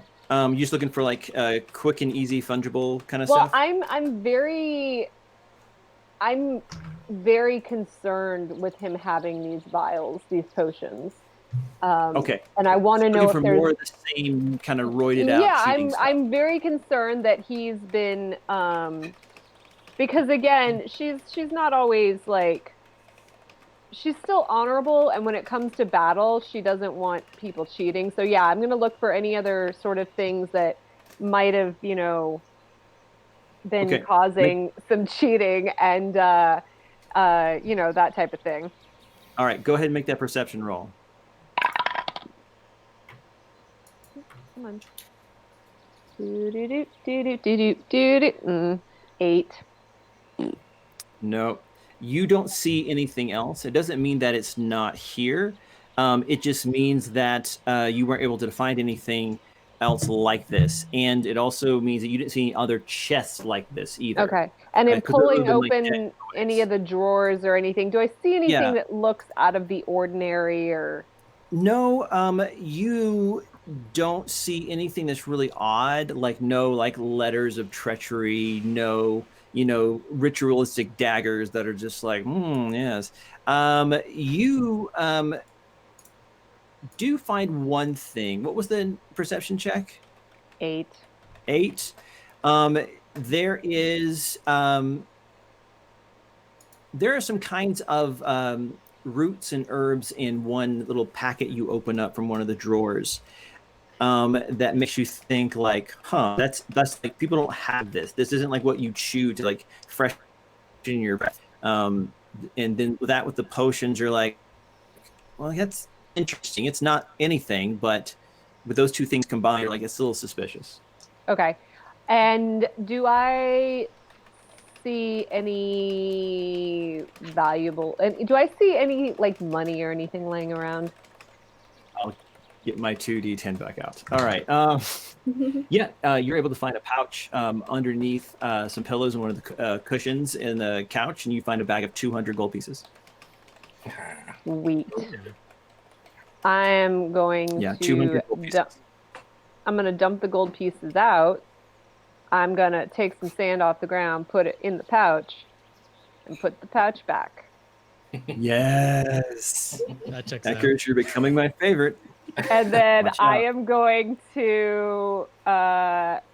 You said there's food lying out. Yeah, there's like little like charcuterie kind of stuff. Yeah. Great. I'm gonna take some, I don't know, piece of bread or something, and I'm gonna take the thing off the cage, and I'm gonna give the bird the piece of bread. Thank you for your service. All right, cool. And I'm gonna wave and be like, Kalu, did you stick around through? Oh, I'm even still though you're there. blinded? I'm still there. Okay. Because I'm So you listening. see her open up? I would have heard the coins Okay. too, right? Yeah, you I heard am the coins. very stealthy. Would you have heard Okay. the coins? Because I'm trying not to make any noise. You said Yeah, you Tina's dumped trying to be 200 quiet. coins out. Yeah, that's a slow roll there. It was. I was like, Yeah. Okay. We'll adjudicate that in a minute. About who did or did not hear clanking coins. But the last thing you see, Kalu, is her lift the thing, give some bread, wave, and then close it back. well, no, Ecker- I take the thing off Oh. because it was off when I came in. I was wondering if you'd catch that. Yeah, Okay. yeah, yeah. No, I want to put the cloth back where it was. That's Okay. why I gave the bird a piece of bread and waved at it. Okay. And you're going back out the way you came? I came in right through the front, right? No, you snuck up underneath. Oh yeah, no. And so wall. I'm gonna listen and I'm gonna look to see if I see any like feet walking by. Of your kind of like under the door thing. Yeah, you don't see anybody. You find the right moment, And you it's the can middle get of the out. night, so I'm gonna duck out. Yeah. And go back to where everyone else is gathering. To Ulrich. All right, great. All right, so everyone is back to where Ulrich is. And sorry, To his what's that elf's name again? I totally didn't write that down. Oh, Findel. Sindel, thank you so much. DM, I would No. so about 10 minutes has passed. I would have stayed for the next 50 minutes to see if anything else came in there. So what I'm going to say is that that last like the last 45 to 55 minutes was Eckers in there doing her thing. Okay. And you got like 5 minutes left, and they're just like looking around. So that's kind of been the montage of everything you've gotten a chance to see. Got it. So cool. All right. And I go back and I look at Doran. Hello. Oh, you're back. I've always been here. What are you talking about? Did you find out what you needed to know? No, but I found out something else that isn't interesting. I'll tell you about it sometime. Oh, did he hear me taking the coins? He has a strong suspicion. I mean, what else are you going to cover up a cage for? Well, he totally, I mean, whatever. He doesn't know what I was doing. Yeah, I think Ecker's main concern is that Kalu will go and talk to the bird, and the bird will snitch. Yeah. Kalu was like straight up watching you. Yeah. No, I get that. That's why I was wondering. Because she had heard stories and she saw him talking. She knows something's up with this bird. And you saw him kind of like do some like woo stuff at dinner. So when Eckards comes to the main tent with everybody else, I'm gonna look at her and wave to her the exact same way that she waved to me as the bird. With the same like big smile. Like, yep. And she's just gonna wink. She's just gonna wink at him and do finger guns. All right, so Doran would just see this and just okay. No idea. Finn and Norom, you guys are walking in with dusk, and no one seems to stop you as Ulrich begins to address the crowd. Finn, do you have something you need to say? Yes, there was actually something I was hoping to do halfway between we get to the camp and the boulder. I would have liked to have done Primeval Awareness, which it doesn't do a ton, but within a mile of me, I can sense any aberrations, celestials, dragons, elementals, fae, fiends, or undead. I don't get to know what direction. I just get to know that they're alive. So what's the range? 1 mile from me. And where do you do this? Halfway between the boulder and like halfway between camp and between the boulder. Ah, I see. Okay. Are monstrosities on that list? No. Are elementals on that list? Yes. Yes. Cool. Had a suspicion. Awesome. Are undead on that list? Yes. Yes. Okay. Are dragons on that list? Yes. No. Okay.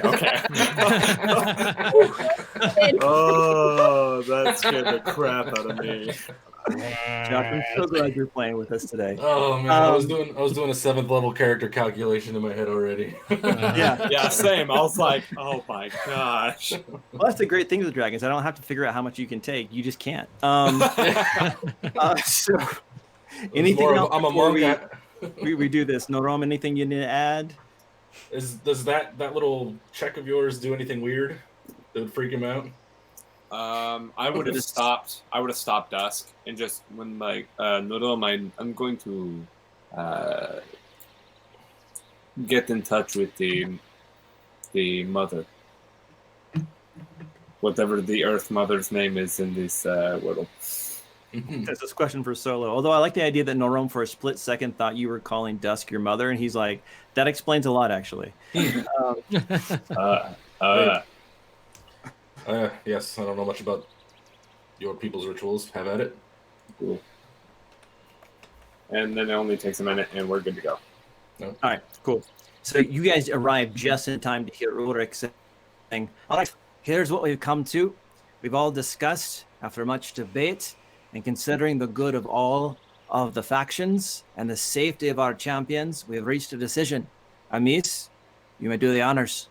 And Amis stands, and again, Amis is like 70 or 80 years old, well tanned, like almost to like where it's like leathery skin, bald human man who had been previously a 4-time in a row tournament champion, which is crazy because there's 7 years between all these things, and he's one of the least long-lived races, but he won every time for 4 years, for 4 times straight.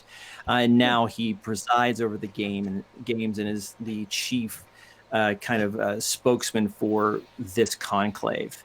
And he says, my friends, were you able to come to any definitive conclusions regarding the death tonight? No. Not natural. Not natural. Are we looking for a beast of some kind? And you guys do know that magical beasts do exist in this world, especially you, Dorian. You've spent a lot of your life fighting them. Ivy, you know there's some pretty freaky stuff out here in the desert too, like things that are clearly magical. Clearly, this is not, either God was having a really bad day or something else made these things. So he says, so a beast perhaps. No. This was definitely done by the hand of, do I say man? Whatever the word is to encompass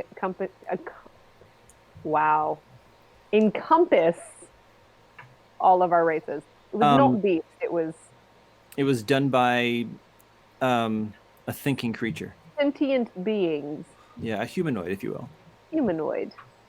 Yeah. No offense to the Goliaths and out there. They're still humanoids. Yeah, Right. still humanoids.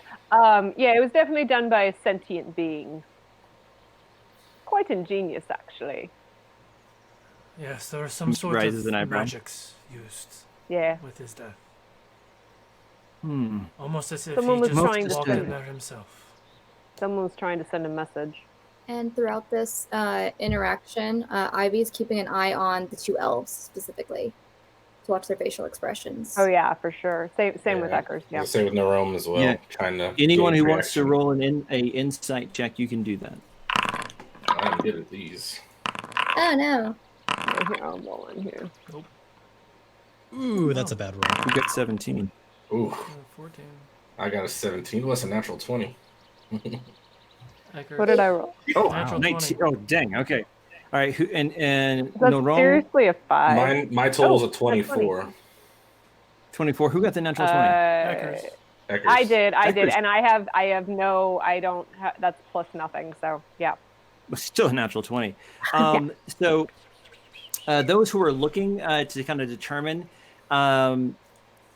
you looking at Ariel and Findel. Oh yeah. And Ariel, she looks worried, and she kind of like glances over to Findel, and you kind of you kind of looked at just the right time, and it's not like a worry of we're going to get caught. It's a worry of she's worried about him, and you see him still trying to put on this kind of facade or facade, if you will, of confidence and pompous, being a jerkwad.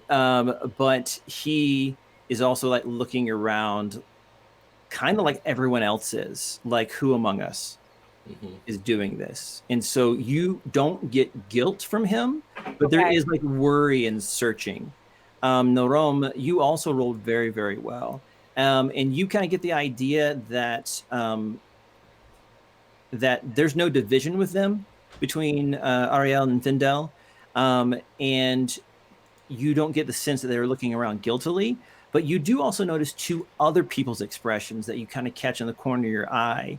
And you see the faction leader for the elves, Endora, glance over at Garrett, and Garrett kind of looks smug and like winks at her. Like, haha, got you. Like somehow this is going to work to his advantage. And Amis also kind of furrows her brow just for a second.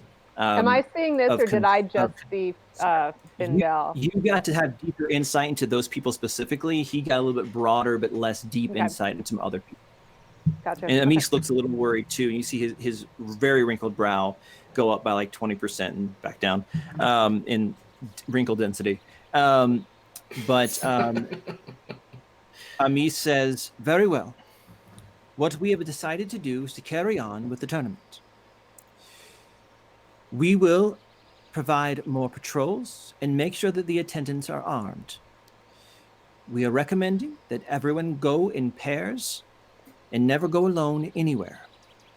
If possible, we will make arrangements for different housing for those who wish to not bunk alone. If that's not amiable to you and you wish to remain your privacy and seclusion in your tents, it's understandable, but please know the option is there. Other than this, we shall continue, and hopefully this will be the last of these issues.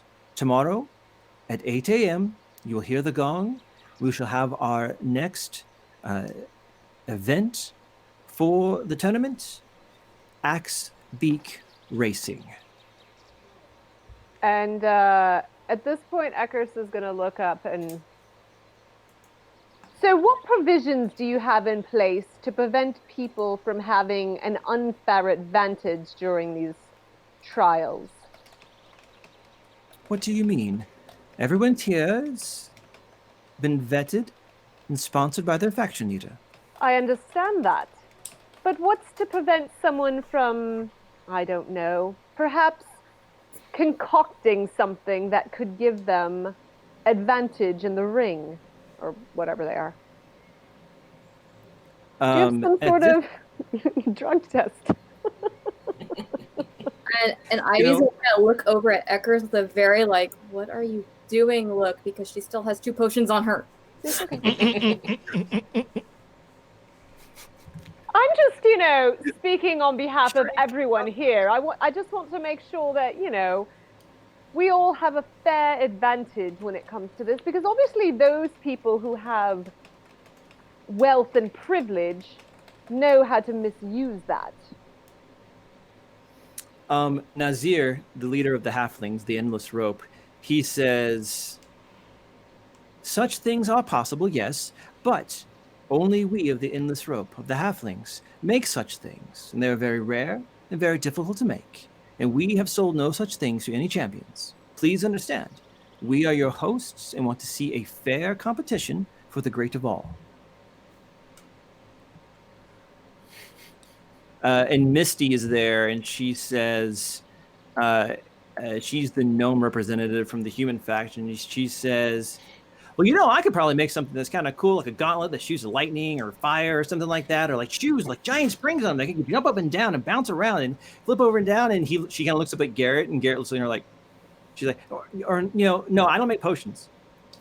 But what you're saying is it's possible that someone other than a halfling could have made such a thing. Misty and Nazar look at each other and kind of like they're doing mental calculations, and kind of looks back at Mara, and Mara's like, it's not impossible, but it'd be very difficult. Are you making an accusation? I'm just merely wondering that, there are plants that grow in this area that are unique to this area that Perhaps if someone knew their properties, might be able to put something together. Are you Or side have eyeing had Findel while you do this? no. Oh no. Okay. She doesn't need to do that. She's actively avoiding line of sight with him. Okay. And Because I don't want to draw attention to the fact that I suspect him at all. Yeah. Okay. Garrett kind of pipes up and says, "Listen, it's been a long night. Everyone's tired. I don't know what you're on about, but if you're going to be part of this faction and win it for us, you need to get your mind back in the game. Listen, we're done. We're going back home. We need rest. Everyone back to your tents. We'll deal with this later. Stick together and don't be stupid, all right? Amis, are we good?" "Yes, it's fine." And Nazir and the brother and sister walk away. Findel kind of steps next to Endora, like haughtily, and he escorts her out, with Ariel trailing behind, and one by one, people start leaving to return to their tents.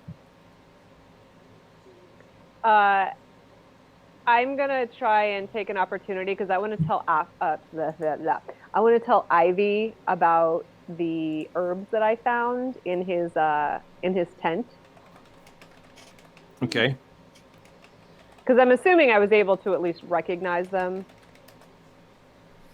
And yeah, she might be able to tell you. Yeah. Yeah, so I can just describe to her the herbs that I found, or whatever, the plants that I found there, and Describe them. Okay.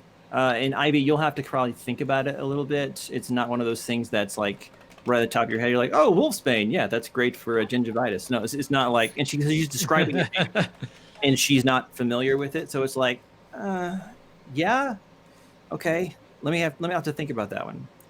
But what I want to do is I want to take a break right here and give us a chance to refill our drinks and empty ourselves. And we'll come back and to do hopefully the 2 events from the tournament today. And the first one, as I said, is Axe Beak Racing. Basically, you get to challenge each other by racing emus and ostriches. So, oh my god! Oh, okay. DM, can I just turn myself into an Axe Beak and run? I'm just kidding. I don't want to do that. you know, we're talking the break because, dang, son. All right, I started a right, giveaway, break exclamation point raffle to enter that giveaway. And yeah, I guess we'll go on a break. We'll see you guys soon. What was the name of that guys. Disney movie?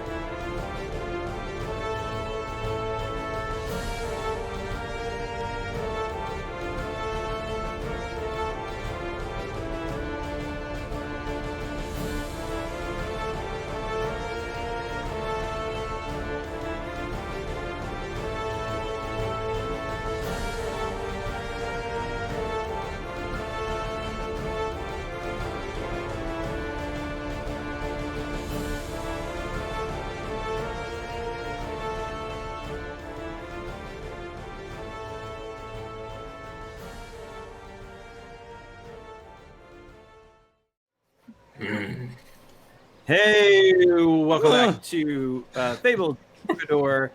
I don't know what's happening here.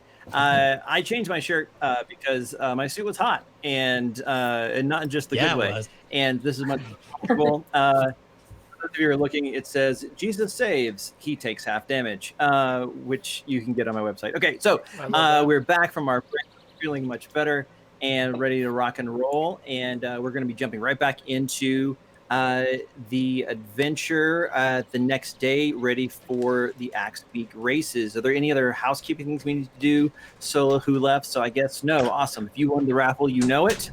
And we'll roll from there. Something I said, I guess. All right. So the morning breaks, and that rush of cold air comes flowing down from the steppe down to the basin of the flat plains there in the desert, bringing a very chilly morning that quickly warms up as the sun continues to rise. And you guys make your way towards the competition grounds, where you can see several large pens containing these bipedal bird things that you'd kind of seen around here and there. A lot of the halflings will ride them. And so, especially in the halfling camp, especially near the edge, you might have seen some walking around. But this is a pretty large corral of different axe beaks awaiting you to make selections for what you'll be riding in the race today. Before we get into kind of role play stuff, I want to tell you kind of how this will go. And I sent you guys some statistics to pick your burb. And the way the rules for this work, just so everyone's on the same page on the stream as well, is that that every bird, every axe beak, which is basically just like a 10-foot tall ostrich that you ride, that has like a wicked kind of like curved beak that looks like a hatchet head.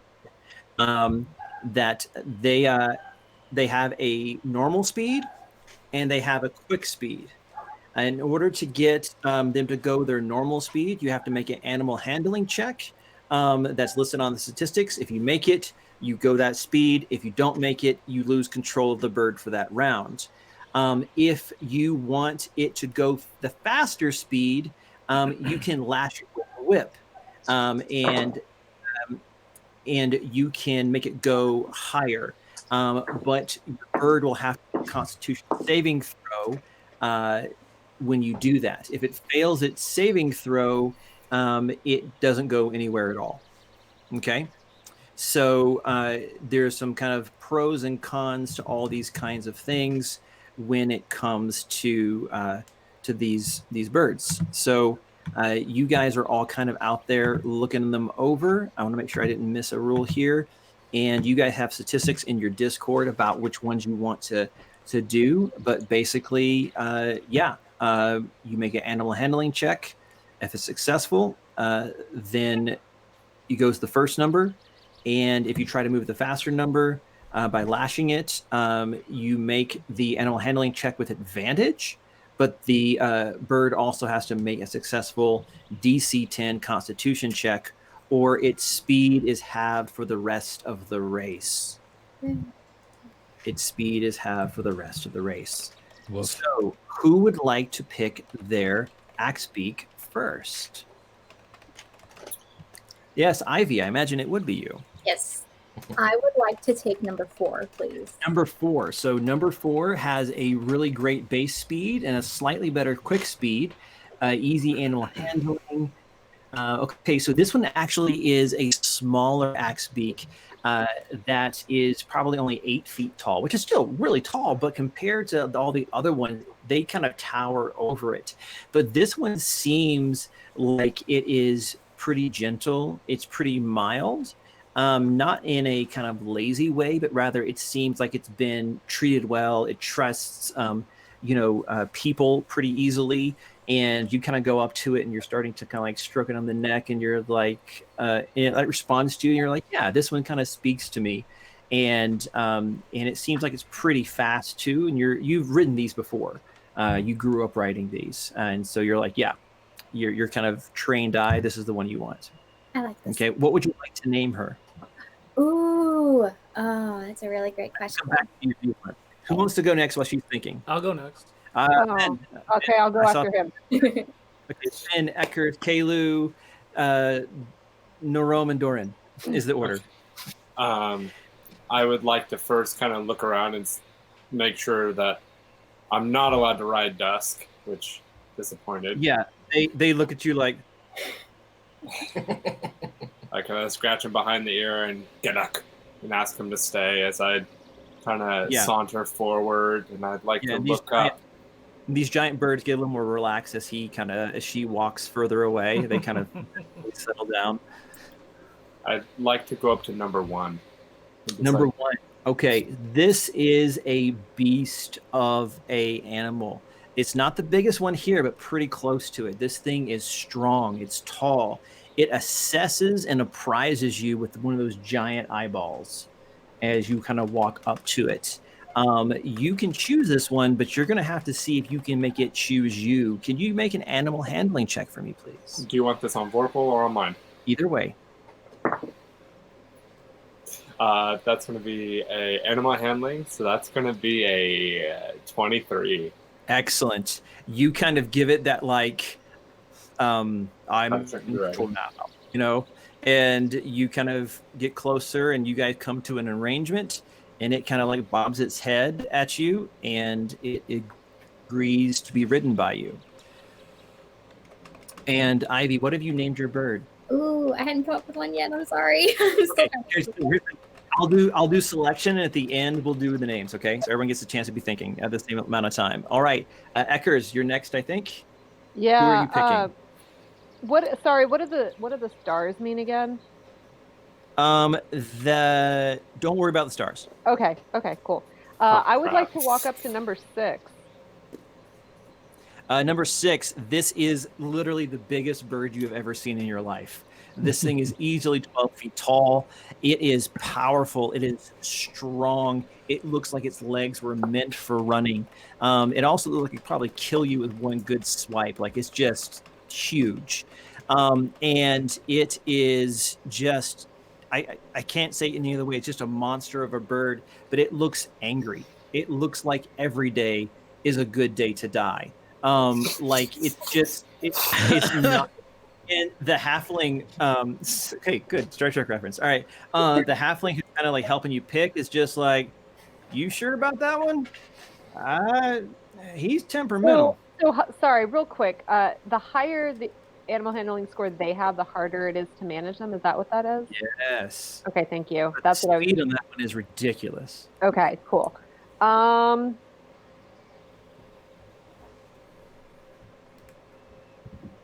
Sorry, I'm just I have no modifiers to animal handling, so I'm can I talk my way into riding this beast?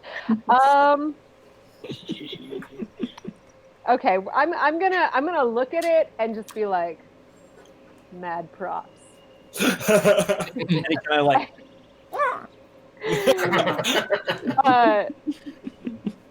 and then I'm gonna walk. Then I'm gonna walk to number 5. Number 5. Yes, this one looks like a very fine specimen of its species. It is about 10 feet tall, looks very strong, very powerful. And the guy who's kind of helping you pick one out is oh, she's a real beauty. She's a good one. I think you could probably handle her just fine. Okay, and I'm going to be so what's the difference between her and that one over there? And I point to number 2. Number 2, the difference is okay. Well, number 2 over there, I call him Kevin. I don't know what else people call him, but he's had some injuries, but he's recovered really good. But shouldn't affect the race today. Okay, cool. I'm gonna stick with number 5. All right, number 5. Excellent. So we've had 4, 1, and 5 picked. Is that right? Yeah. Yeah. Okay. Kalu, what do you want to do? I'm going to cast Speak with Animals as I go to number 6. Okay. I am totally okay with that. Yes. Is it a male or a female? Male. Hey there, big boy. I think I have the honor of taking you out on this thing today. Do you have a name? And it says Craw.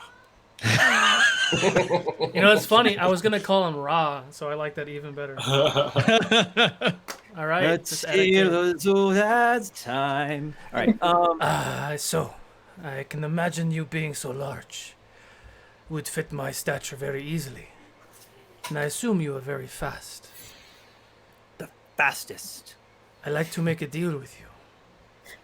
If I promise you extra treats at the end of this, if you go your fastest speed, I will not lash you.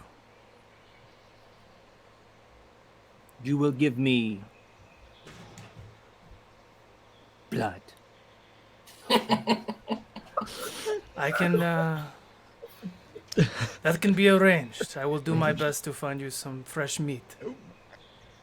We will crush the others. Yes, we will. Let's ride. All right. Audrey 2 up in here. All right. You've got number 6. All right, Norom, you are left. You're next. Who's left on the numbers? Just us. 3 and 4 are left. Is that right? I believe it's 2 and 3 are left. But number 3 and number 4 are left. Has anyone taken 3 or 4? I believe it's number 2 and 3 are left. I think 4 was taken. Yeah. Oh, okay. Yeah, Ivy. So took 2 and 4 3. at the beginning, yeah. Oh, okay. That's where I had it wrong. All right. So 2 and 3. All right. Norom. Narom's gonna go up to 3, and he's gonna look back at all the other party members and go, "Dwarves are not built to ride such things. I'll take this one." Okay. This one looks like a pretty good steed. It looks a little older than some of the others, but it's very gentle. And even as they help you kind of get up on it, it kind of, that long neck kind of comes back and it kind of like nudges you in the shoulder, like saying hi. All right. And you have number 3, which means that number 2 is the only one that's left. And so, Doreen, you went last, I think, because of your kind of naturally hesitant nature. And you arrive, and there's 1 Axe Beak left. What would you like to do? Dorin's gonna walk up to the final Axe Beak gently. Kind of do, that usual, when you kind of passively put a hand towards a creature, wait for it to accept, and then, put his hand on it. Well, I guess it's you and me, friend. And it like shivers when you touch it, and it like bows and lets you get on. He kind of does that thing, almost kind of like Legolas style, where he just like almost looks like he's doing acrobatics to get onto it.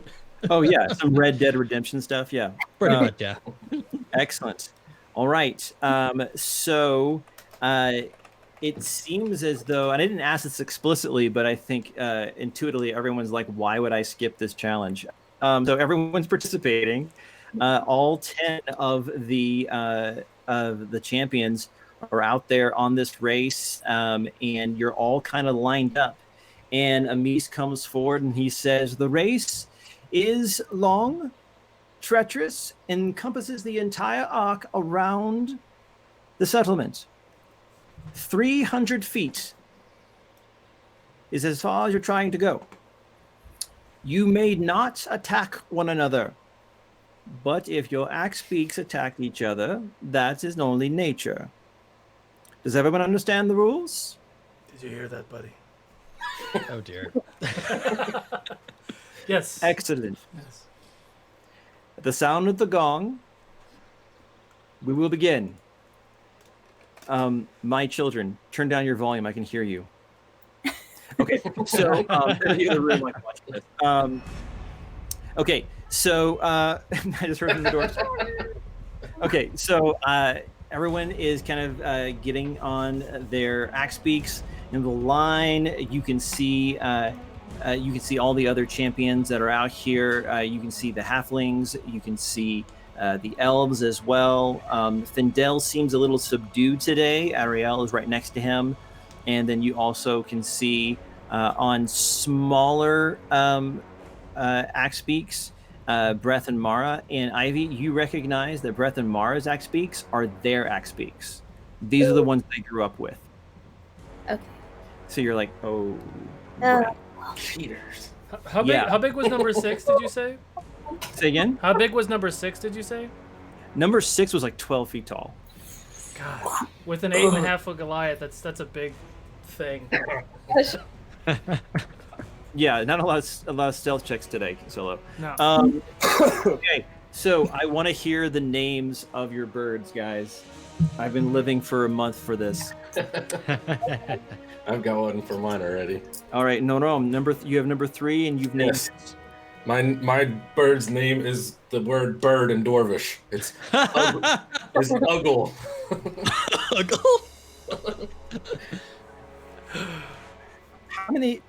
How many birds do they have underground? Okay, cool. Ivy, do you have one? Your bird 4?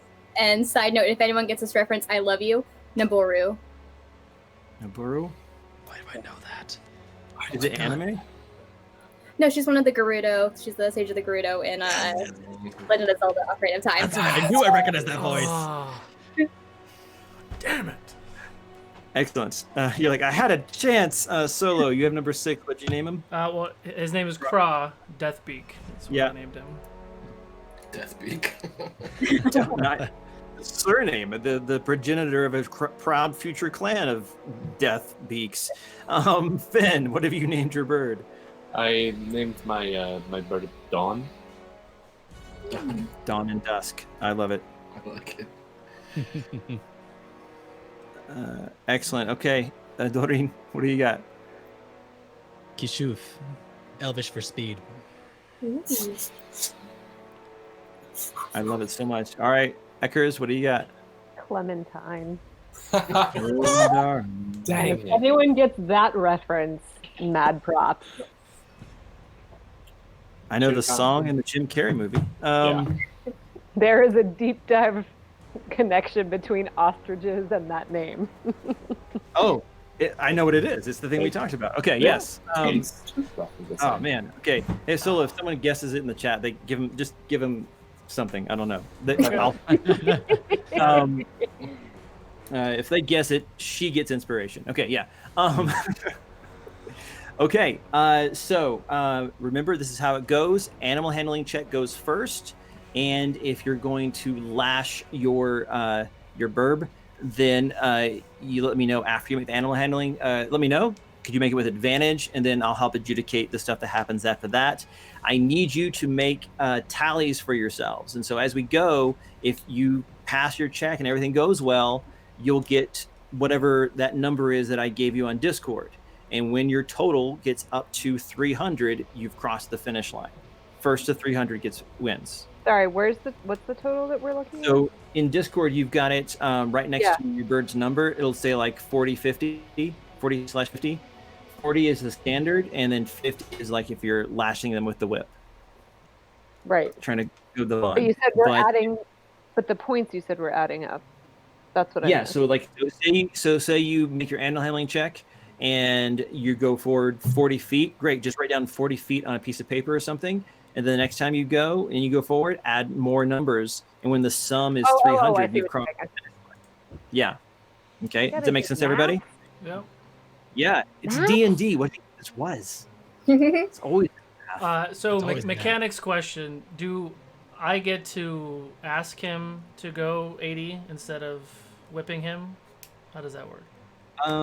Yes, you could do that, but mechanically it's still going to be the same. So you're trying to convince him to work with you as opposed to force him to work with you. Got it. But you're still asking him to go faster than he really can normally, hence the Constitution check. Got it. Okay. Okay. So however you want to motivate is fine. Yes, Finn. Can I do roughly the same thing, just not wanting to hit the bird? Yeah, that's fine. Yeah. However you want to, whisper sweet nothings or whatever you want to do. Yeah. All right. Man, this is going to go great. All right. So everyone's lined up. The crowd is cheering. The flags are waving. You look up, checking the standards, The coalition is in the lead. The dwarves are in second place. The elves after that. This is the time to make your glory shine. Let's do this.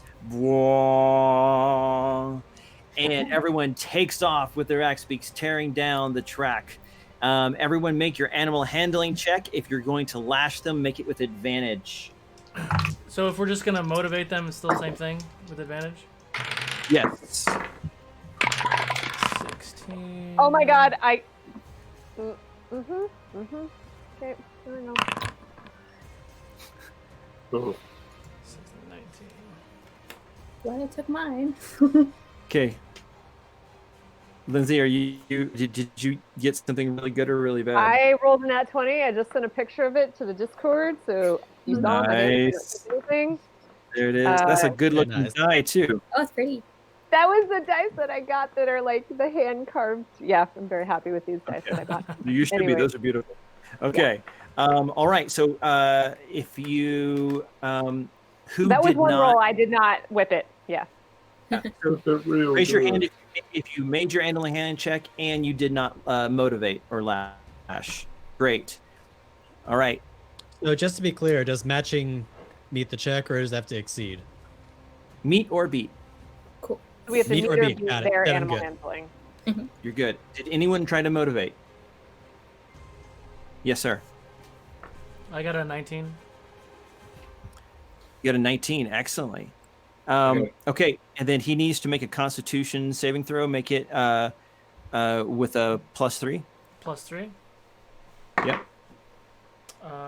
14. 14. He makes it, and he goes like almost knocks you off his craw, just like and tears off like crazy, jumping in 80 feet. Did anyone not make their check at all? Everyone was good. Awesome. All right. So Dawn runs forward 50 feet. No, Doreen. Dawn was doing the same thing, I believe. Yeah. Oh, you were motivating. Okay. Yeah. Make your Constitution check. 14 plus 3, 17. 17. Yeah, you're good. He surges forward 80 feet, and so does Craw. Bird number 2 goes forward 40 feet. Bird number 3 goes forward 40, and 3 goes forward 30, actually. Okay. So did I get anything I'm motivated extra? for mine. Sorry, so the nat 20, did that do anything extra? No, it doesn't do Okay. anything extra in this context, unfortunately. I'm sorry. Narrow did Um, motivate. I motivated mine. So it just went forward. Sorry, so it just went forward the 40 or the 60? The 40, 40. unless you motivated. And no, Rami, you said you motivated as well? Yeah. All right, go You ahead. mean I couldn't whisper sweet, sweet nothings with that nat 20? You know what? to I'll give you a free motivation with a nat 20. Okay. I got a 19 on the Constitution save. Yep. Then you're good. Your bird goes forward just fine, and goes forward 50. All right. So right now the Goliath brothers are have a commanding lead as they race forward on their respective axe beaks. In last place is the female elf Ariel, who seems to be having some trouble controlling her axe beak. In the middle of the pack is Findel, and then almost in the lead, the only people ahead of them would be the 2 Goliath brothers, are the halfling representatives, Mara and Breath. And so you guys are keeping your totals together, and let's make another round. Now, if you want, also in between rolls, if you are close enough to another axe beak and you think you can get it away with it and have them attack another axe beak, you can, because you have those statistics there as well. They have an AC, a hit points, and their attack, I have it right here. It's a +4 to hit, and it's a D8 +2. So if you want to, after your rolls, if you want to ask, hey, who am I close to, and you want to try to get your axe beak to attack and try to bring other people down, you can absolutely do that. All right, so let's make our rolls. Second round, and describe what your thing does to you. Okay, all right. Oh no. Okay. Oh, Ruh-roh. I still want to tell Narome I want to say shake and bake, but that's a little too. Okay. Shake and bake, buddy. All right. Did anyone fail their animal handling check? No. I did. Okay. So you make no progress this turn, but you still might be close to some other people. Did anyone motivate? Did anybody lash or otherwise? Motivate. Great. Make your Constitution check. Also, Ivy, make your Constitution check. Oh, that's good. 18. Oh, it's plus 3. Hmm. I got 16. I fail. Finn? 13. Yeah, you're good. Kalu? 16. Great. Ivy failed. Doreen, you just made your check. I and you made didn't mine, lash? yeah. I didn't lash. Excellent. All right. So Ivy, what happens when you lash but didn't? Yeah. Okay. So you didn't make your animal handling check, and so you're like, "Hey, come on, let's go!" You know, and it seems kind of confused, and there's a bunch of stuff all around, and you don't make any progress. But there's no harm because you weren't able to push them so hard with that Constitution check because they didn't go anywhere. And those who did go somewhere this round, kind of give me a short description of what happens as you do this second round, please. So I'm as I'm on top of this Axe Beak, I'm kind of rubbing his neck, just saying, "We got this. We got this. Fresh meat at the end. Fresh meat at the end." Just kind of booking it as we go 80 more feet. Finn? I'm leaning down, kind of doing the same kind of careful strokes along the plume. I'd like to believe before we started, I kind of tried to find the different like soft spots that the animal liked. And I'm like, "You've got this. Like the dawn, you will rise. You will push farther and make it through to the end. You've got this. I believe in you." Okay, Doreen? He's just focused on the task at hand. He's just watching straight ahead, but also just gently, just keeping a hand on the bird and just going, "All right, come on, friend, we got this." Good advice for life. Just keep going forward. Keep your hand on the bird. Narome, I don't know what that means. Narome, go ahead. Narome is a hilarious sight to see right now because he can't seem to find the rhythm of the bounce. So he's just yelling to the bird, "The faster you go, the faster this is over." I hate this. This is the worst thing ever. Yeah.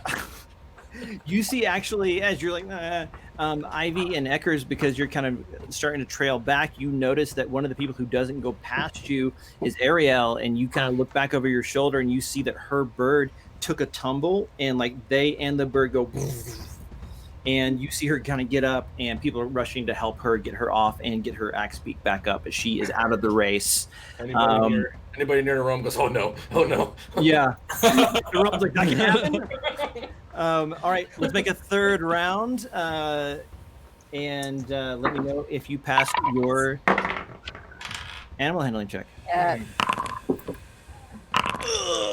Just let me know if you fail. Let me know if you fail. Oh, man. You said matching wins succeeds. Yeah, Right? meet or beat, just like anything else. So, 18. Doreen, you failed. Yup. Okay. Everyone else got it? Who lashed? Who motivated? Everyone but Ivy? Eckers, did you motivate? I did not know. Oh, okay, so the girls are like, nope. All right, Finn, everyone make that Constitution check. Everyone make a Constitution. No, just, Everyone? just these boys on the bottom. Just the boys on the bottom. Oh, just wait. This is for their Axe Beak. 16. 16. Same here. You good? 13. 13. Barely. Yeah, I know. You rolled a 10, didn't you, or something? Yes, I did. I keep rolling tens. Excellent. All right. So, Doreen, you don't go anywhere. Everyone else moves forward. Give me a little brief description, starting with Eckers, about what you did this round. So she obviously, she doesn't have a ton of experience riding animals. Like, when she was younger, still living where she was living, she rode horses and things like that. But riding in Australia, she's been on a ship for a while, so she's getting into the groove of it. But she's kind of starting to get used to the feel of the bird, and she's petting on it and talking to it. Yeah, it took her a little while to get used to what she was doing, but she's definitely paying attention to Durin there at the front, and or I'm sorry, Kalu towards the front. And is there anyone near her? What's your total right now? We went forward on that last one, right? Yep. If you went forward, add that to it. What's your total right now? Okay, and that was without whipping it, right? So that's the 40 or that's the 60, sorry. The lower of the two. The 40, okay. So you should be like at what, 100? 300 minus 60. Well, no, because I failed my last check, which meant I went nowhere, right? Yeah, but the first round, this is the third round. The first round you went someplace. Yeah. So the first round I did the 60. The second round I did nothing, and this round I did 40. Right. So you're done 100. You've done 100 feet. Great. Yeah.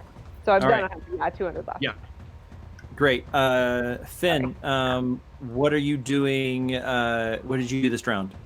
This round, I'd like to pull his plume back, and as he's going, I'd like to try and shield the sun from his eyes as well. And while I'm doing that and stroking the top, I'm like, I've got a big fruit for you at the end. You're doing an amazing job. I'm proud of you. You make a great mating bird. What's okay? What's your total right now? My total right now is I think 240. Dang. Okay, you've like kind of made this turn along with your brother, and you can see like the finish line near the end, and you're kind of been dodging rocks and little ditches and little lagoons as you kind of jump, and they've got a great leap. Actually, it's pretty amazing. But you're way in the lead. Kalu, Craw, what's your total right now? The same as my brother, 240. So we're 240. Yeah, we're maintaining. Oh wow. Yeah, we're maintaining distance equal with him. I'm making sure that my Axe Beak is far enough away to not get curious, because I want this to be a fair race with my brother. That's kind of our code. Okay. But yeah, just motivating and running through. Ivy, what's your total? 80. 80. Excellent. You are definitely falling behind. And Norom, what's your total? 150. 150. You're doing good. Middle of the pack. Yeah. And finally, Doran, what's yours right now? 80. And I have a question for the start of the next round. Yes. Go ahead. Ask that question. Would you allow me to try to subtly cast a spell? Absolutely. And no one out here to. If I can. Eckers, what? I want to try and hit someone if I can. Oh, absolutely, Eckers. Yeah. So let me paint this picture before Dorian tells me what he casts. So there's been like a breakaway with Kalu and Finn on their Axe Beaks, and they have like just rocketed around. Like people are cheering their names, like people are going nuts. And Kalu looks over at Finn. He's making sure to keep away, and they're like kind of smiling at each other. And that's when you start to hear another burst of shouting. And as you look back, and Breath and Findel have caught up to you. They're within 5 feet of you, catching up to you guys. They rolled really well. And then also Mara is right there in the middle of the pack. So to answer your question, Eckers, you, Mara from the Halflings, Ivy, and that's it. Oh, no, and Doran are all kind of close to each other, kind of there in the middle of the pack. Doran, you wanted to cast a spell. What's up? So, and you can let me know whether or not this will work the way that I'm hoping it will. Doran would like to subtly cast Thaumaturgy behind him to create a loud booming sound, hopefully with the intention of, he doesn't want to whip the bird, but he's hoping maybe it might scare the bird enough to motivate it to run faster. Okay, I'm going to let you re-roll your animal handling check. For this same turn? Yes. Oh, okay. Do it. It does succeed just barely. Just yes. Oh. Excellent. All right, add your normal speed there as you come bursting forward, because you have bird number 2, right? Correct. So you're 120 feet now. That'd be 140 actually. Oh, okay, excellent. 140. All right, so you're I still still. need to make a con check, right? No, I'm gonna let that go. Oh, okay. Because he wouldn't do super speed. He just did normal speed. You were able to kind of give yourself advantage a little bit there. My apologies. Then yes, that would be 120. Oh, okay, yeah, that's what I was like. Huh, that's weird. Yep. I was wondering. All right, now, Eckers, you are wondering about blood. Go ahead. I would like to know if I can hit. Sorry, not Amara, but who was the? Findel.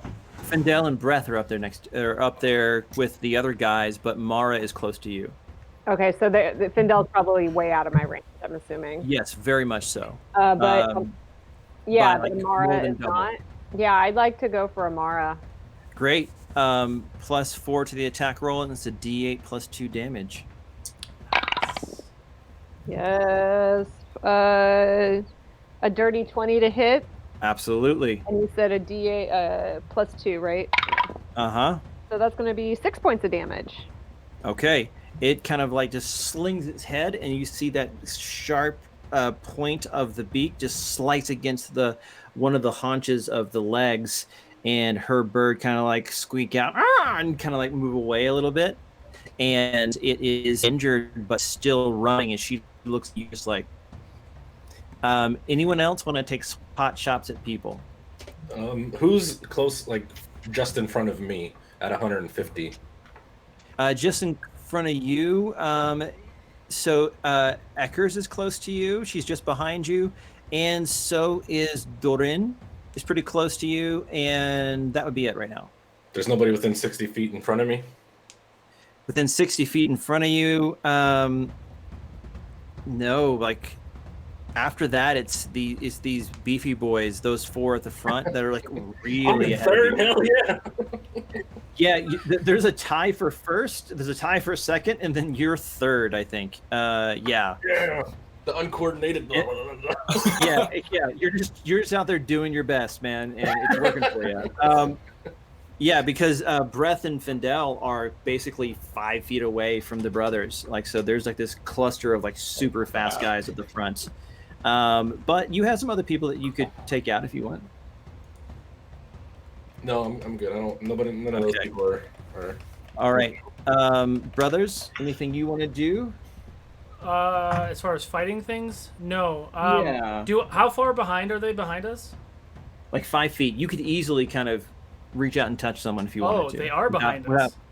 Oh yeah, they're right behind you. Like this is like that. Like you could kind of go back and smack them. So I'm going to look at my brother and do a very similar smile, and I'm gonna allow my Axe Beak to bite one of the guys behind me. Great, make that roll. Okay. And I'm gonna fumble with my equipment. Oh, nat 20.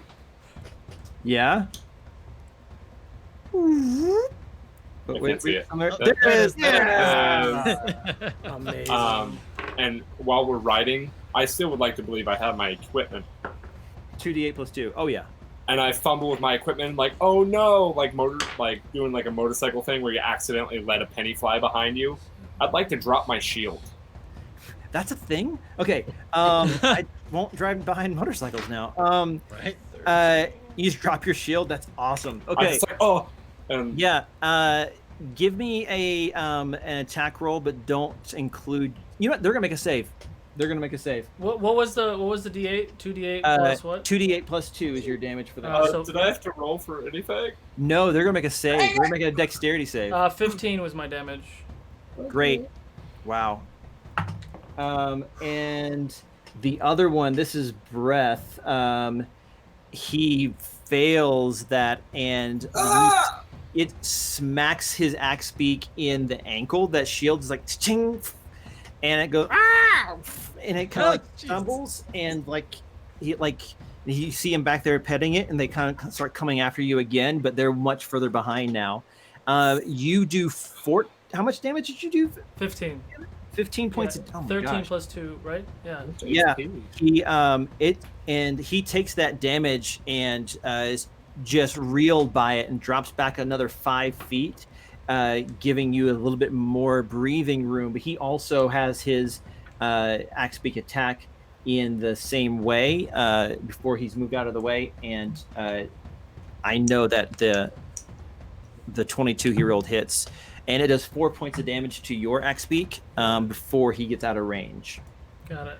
Okay, this will most likely be the last round, so let's do this. Make your rolls. You have everything you need to know whether or not you succeed. So, Jason. Yes. For the, would I be able to try to do the thaumaturgy trick again? Again, trying to get the bird to go faster? I think you could do it to a different bird to make it go erratic or make them re-roll their animal handling check, but I think your bird might be no longer surprised by this trick. Got it. Okay. Ooh, there you go. Nice. All right. So, Doran, tell me what happened your round and what your total is. So... Including any attacks you might want to do. Got it. So gauging that the trick's probably not going to work on his bird right now, was there someone who was close behind me? 'Cause I'm at 120 right now. Or sorry, not behind me yet. It's close ahead of me. Close ahead of you. Mara is close to you, but not ahead of you. Actually, Norom is right ahead of you. And also now Breath is ahead of you because he got delayed pretty heavily. Gotcha. So what he would be trying to do would be to do a thaumaturgy to whoever's the closest ones in front of him in an attempt to startle the birds. Excellent. He would do it like in front of them, so they'd be like, ah! Okay, so are you paying Norom to do it too? Is Norom further ahead or Berth or Mara further ahead? Norom and Breath are about the same. Then, yeah, now remember, Norom's not the same faction as you. All right, great.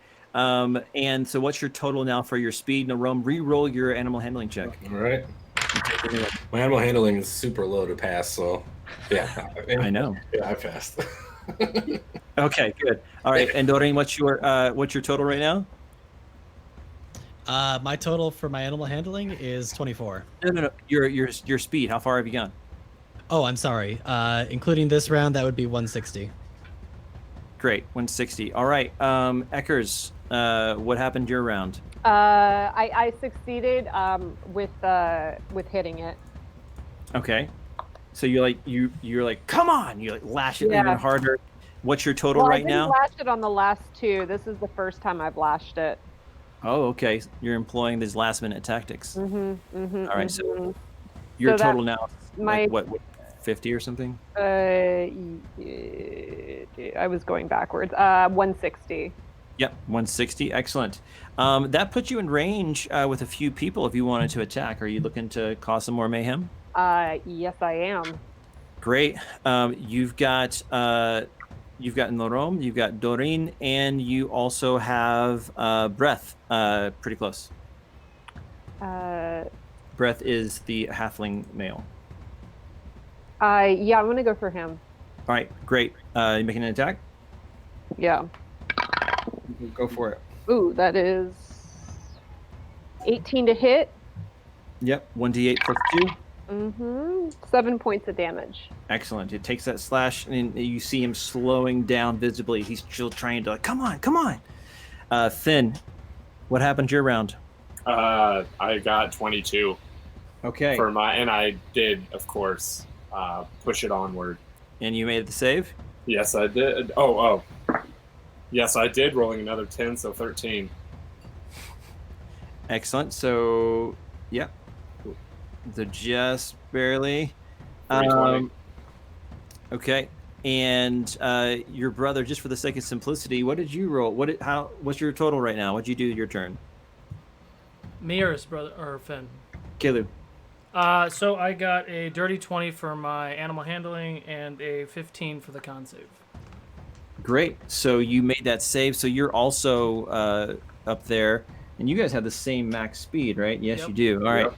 All right. And then Norom and Ivy, what happened to your turns? I'm just rinsing, repeating. Is there anybody that's past me at this point? Yep. you've got Doreen past you. You've got Eckers on Clementine ahead of you, and almost beside you, kind of falling behind his breath. All right. After so falling behind me. Yeah. I'm just gonna. I did the whip. And I made the saves. So what's your speed right now? I'm at 200 right now. Ooh, nice. 200. And I mean, what I would have noticed, is it possible that I would have noticed Doran's little tactic? Oh, absolutely. Okay. Like you hear like it's just a loud bang, and you like had to get control of your Axe Beak again. You kind of look back, and Doreen's just like kind of like eyeing you and holding his hand out, and you're like, the heck? All right, two can play that game. I'm gonna turn, look at Doreen. I'm gonna snap my finger when I'm staring at the saddle he's on, and I'm gonna cast darkness. You're like, two can play this game. I'm like, they can? A 15-foot globe attaches itself to the saddle of Doreen's. And dark vision can't penetrate it. Correct. Excellent. All right, so you do that. He stabilizes, looks back at you, puts a hand out and snaps, and the world goes dark. Good. We'll get back to you in a second. Ivy, how's it going? It's Haven't going done one of these in a while, have you? No, I haven't. I'm just sort of saying it and saying, I'm sorry I kicked you. I'm sorry I kicked you. I have waded 130 feet. This is a downward spiral of guilt. What's your total right now for your speed? How far have you gone? 130. 100. Hey, respectable. Very respectable. You see a dark sphere like pass you going backwards as you kind of pass it, and you're like, okay. Which is Doreen encompassed in a black sphere of helplessness. Okay. And you hear a "yeah" behind you, Kalu and Finn, and you see your hated foe, Findel, is trying one last pledge to get past you guys. And he whips the bird, is doing all that he can, and you see it actually take a right around a rock, and its leg trips in a little ravine and goes tumbling. And you just see a cloud of dust and sand between some of the cheers and people going, ooh. And you guys have your neck and neck, Kalu and Finn, getting ready to cross this finish line. Any last minute choices? You are 20 feet away. Is my bird bigger than his? Yes. So would my neck be longer than his neck? Finn, you see him foot cross neck way down as he leans down to you, and you see with horror that he's 2 feet longer than you. Be nice. And you're 15 feet away now. Anything you want to do? I'm riding. I'm focused on the thing. I give my brother a nod, and just keep like nice try, Finn. What do you want to do? No, like a respect nod. Okay. Yeah. I look, I nod back and be like, leave him in the dust. We got this. Okay, Smaller. It's not about the size. It's about how you use it. Let's go. How are you going to make this last little burst of speed to make it across the finish line before him? I just drop all my equipment. Oh my gosh. You see him like pushing forward even more. It's neck and neck again. Ivy, what's up? I'm just saying because I know I'm like the last person. Inevitably, when I get down there, I kind of like, what's this on the ground right here? Yeah, the rogue coming in last all by herself and no one knows what she's doing isn't necessarily mean that she lost. Maybe she's just playing a different game. You're that guys. World of Warcraft player that just follows the group and loots all the bodies as everyone else is running the instance.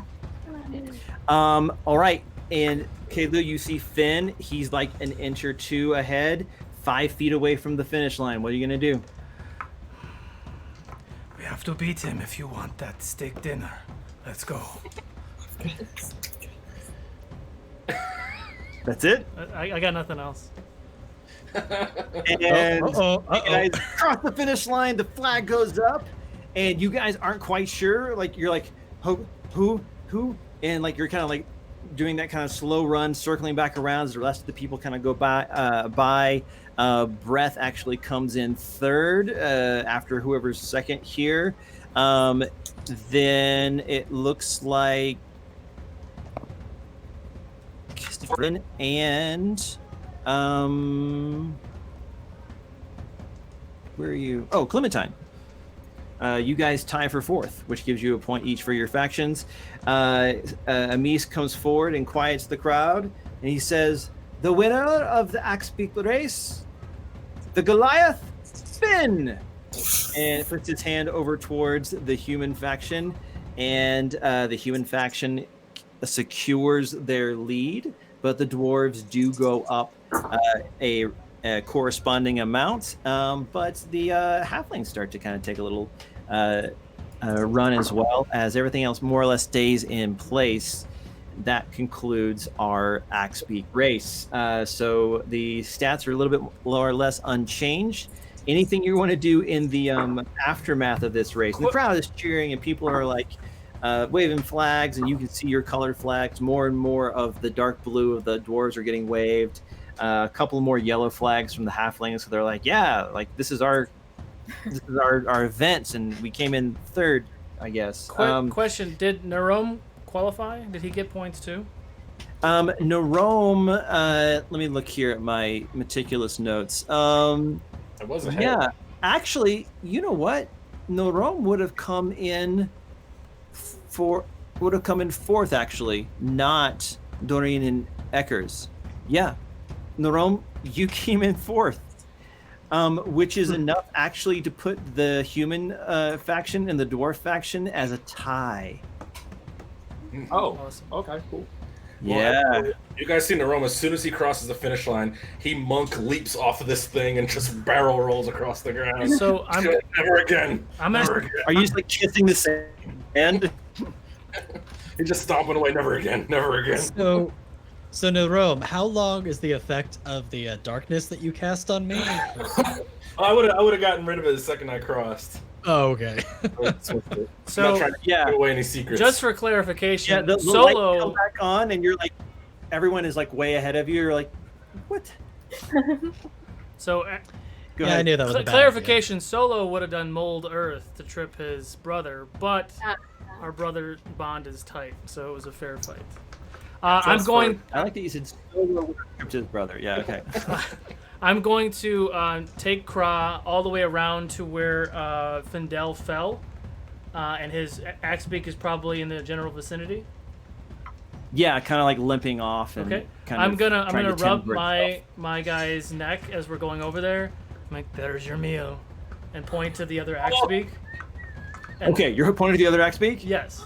Not Just checking. not Findel. No, not Findel.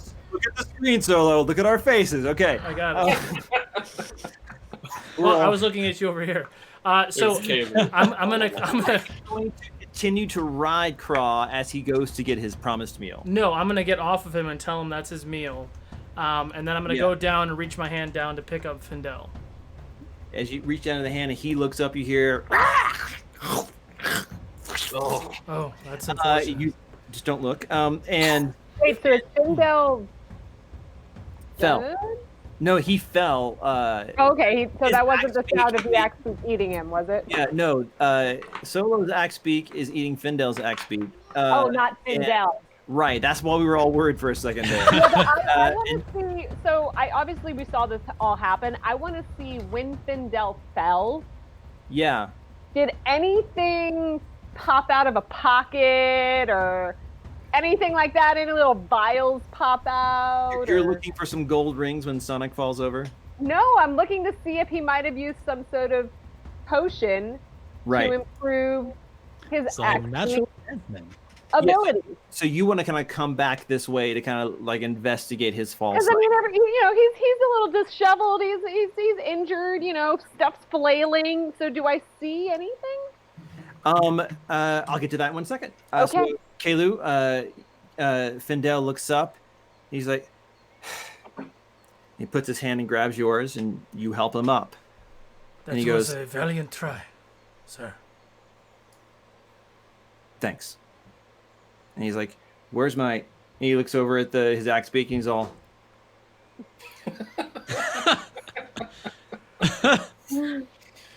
Oh no. Circle of life. He starts walking just dead-eyed towards the finish line like, okay, I'm good. That's unfortunate. I apologize. Are you going to keep walking with him or stick around here? You can see Ecker's kind of like galloping this way in her Axe Beak. Did I see anything on the ground where he was? Just going to steal her thing. Okay, make a perception check. Ecker, as you also roll up about this time, you can make a perception check. Yeah. 23. 18.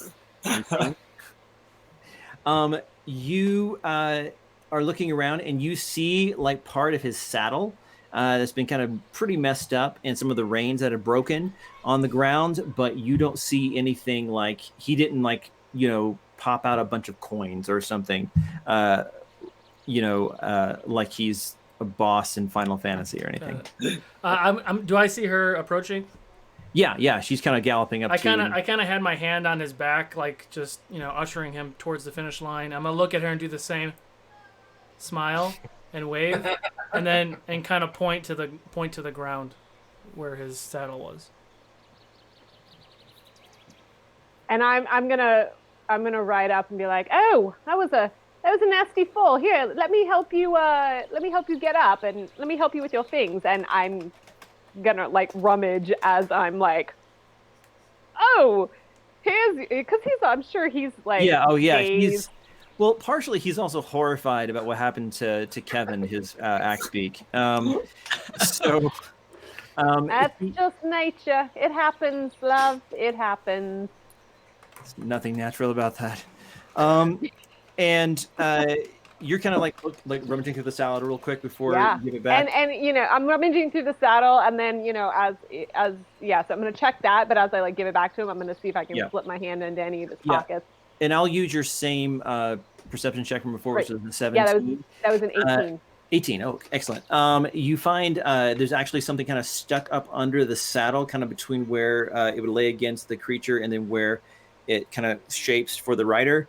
There's a little bundle of simple fabric tied with a little ribbon, and inside there is a like some kind of herbs or something, and you're like, it smells like terrible. Put that in my pocket. Right. I'll be having a conversation with Ivy or someone later. And I'm gonna give Kalu. So I mean, he's obviously aware of what I'm doing. I'm gonna give Kalu like a nod, like this motherfucker. Okay. Yeah. And then I'm gonna hand him the saddle, but like, here's your saddle. Here, let me get that on you. And while I'm like putting the saddle up, I'm like digging in his pocket. Kind of stuff. Yeah, absolutely. Do I find anything in his pockets? Oh, that's gonna be a separate sleight of hand check. Like you're gonna like just straight up like kind of like fast talk him and then kind of look why he's like, yeah, you're okay. Yeah, right? I'm just because Kalu's got his hand on him, and I'm like, he's got to deal with the saddle. So do I see her doing this? Oh, absolutely. Make a You perception totally check. see me. Oh. If I see her doing it, there doing stuff, but like, does he get that? Like, you're also like frisking him while you're like checking on him. When she starts that I don't know. So that's a 26 perception. When she starts to frisk him, I'm gonna pat him on the back a little hard, like like an attention getter to. Yeah. That's a 19 for sleight of hand. Absolutely, he's helping you, so you could have rolled with advantage. Oh, I could roll with advantage. Well, let's see if we get any better. We did not get any better, so. No, okay, excellent. You are kind of lifting through and stuff, and he has his weapon. Hey, kitty. He has his weapon. He has his like riding pants and stuff, but you don't find anything like illicit on him. Nothing that he shouldn't have. It seems pretty straightforward. You also can see real quick too that his champion's badge is sewed back on, and like as you're looking and stuff, like it's new thread that's been sewed back onto whatever this shirt is. So he's wearing his champion's badge again. Okay. The one that had been ripped off? Uh-huh. Okay, gotcha. He or someone else had sewn it back onto his garment. Presumably someone else. Finn, seriously. You got something, Finn? I'd like to go and get my stuff. Okay, Ivy, tell me about his stuff. Look at this lovely thing I found on the ground. Let's see. I don't know what it is. It's a prize for losers. Okay, tell me about your intention here. Oh, I am not trying to take anything. I'm just wanting to assess what he has on him, considering what I found on other the potions, I should say. Excellent. Okay. Give me a perception's fine. Okey-dokey. Oh no. Oh. I don't care what check that's to. I'm not gonna do very good. Perception +7, so 10. 10. Okay, Finn, what does she see with the 10? You see a sphere of death. No, you see a water skin. You see basic stuff, honestly, to be able to go camping with. It's nothing, no prized possessions, nothing crazy. Just tinder boxes, bedroll, stuff that's heavy altogether, but pretty light individually. Oh, okay. Understood. Oh, that's cool. Yeah. And I very quickly move along. Yeah, you're like, all right, nothing to say here, moving along. All right, and Finn, you're able to get her. You do see like her briefly like stop and like bend down and then kind of walk away a moment later as you come up to get your stuff, but she's already gone by the time you arrive at your stuff. Anyone else have anything before I move along? Excellent. So Amis quiets the crowd again. He says, "We will now rest for the midday meal and resting period. Please, as always, as we alerted you this morning, be safe, stay together, and report anything strange you see to an attendant or a champion. Thank you so much. We will be back here after the 2 o'clock for our final game, the Pancration. Thank you." And he walks away. So my question for you guys is, has anyone altered their sleeping arrangements based on the suggestion? I mean, I assume that my brother and I are in the same spot. Okay, so did he come to the dwarves or did you go to the humans? Oh, that's right. We're in different spots. Right, and Mies kind of alluded that, hey, if that's what we need to do, that's fine, especially you two, because like no one planned for you two. Like it's fine. So yeah, Norom, we'll tell Kalu. He's welcome in the dwarves. You make a pretty good one already. I imagine he would. Thank you. So yeah, I would have told my brother to come with us. Yeah. Great. Okay, so you're cool moving into Kalu's tent. And Norom, are you also staying with Kalu, or are you by yourself, or what? Yeah, we're staying in the same place where me and Gunter were. Right. Yeah, because he kind of became your new roomie. So actually, Amis approaches you, Norom, and he says, "I understand you're acquiring new roommates." Yes, sir. Excellent. Ulrich has asked if a larger accommodation could be made for you, which we have provided. Please go with the attendant, and he will take you there now. This fist is a mouth. This fist is sand. Thank you. And he takes you 4, because Dusk is with you as well, to a tent is almost as large as Findel's was, where easily the 3 of you humanoids and the large scruffy girl can stay in this tent all together. Okay. Did anyone else? Finn, yeah, sorry. Sorry, it's actually 5 because I brought the Axe Beak with me. Oh no. So you are walking, you are riding your Axe Beak past the corral, and one of the halfling guys is like, hey, right here, it's over here. You're supposed to come over here. Yes, I am the winner. I take her. No, you don't win her. You win points for your faction. Like, that belongs to someone. Que lo haga. Bakai e kurakuna. You, you were just talking to me in common. Common broken. And he looks at you and he says, "You don't know this, but in Halfling he says, yeah, two can play that game, buddy. Oh, look at me. I only speak Halfling. Come on back in common." He's like, "You know what I said. Bird, here. Let's go."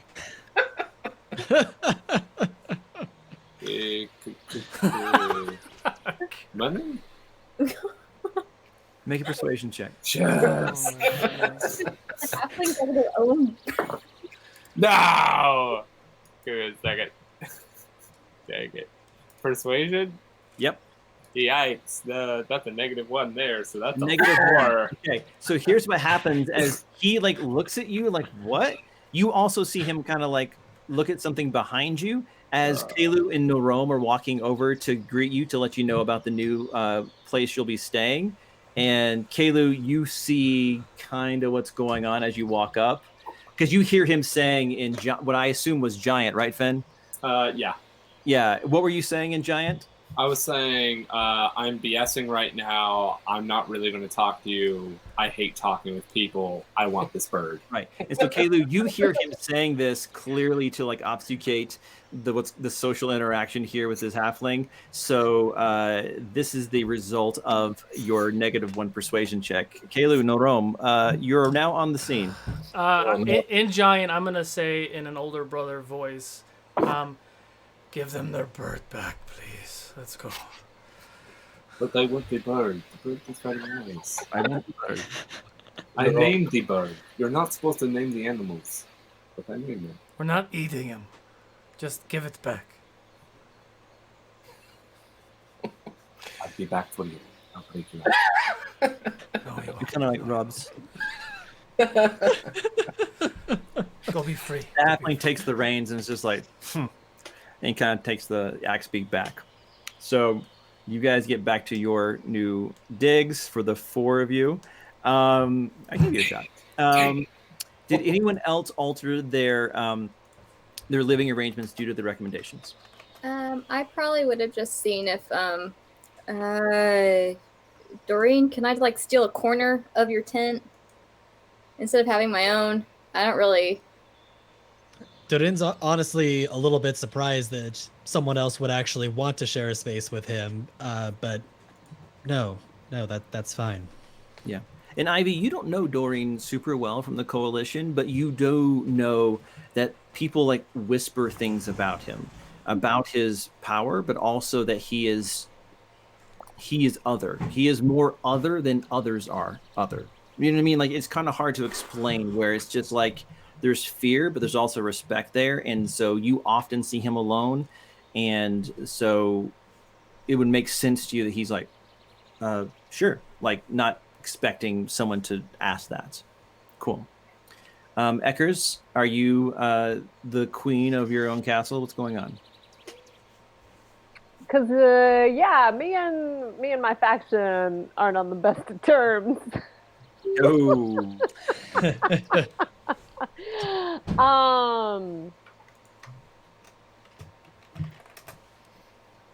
Did any of my people come with me to this, or did I come here on my own? Did any of my crew come with me?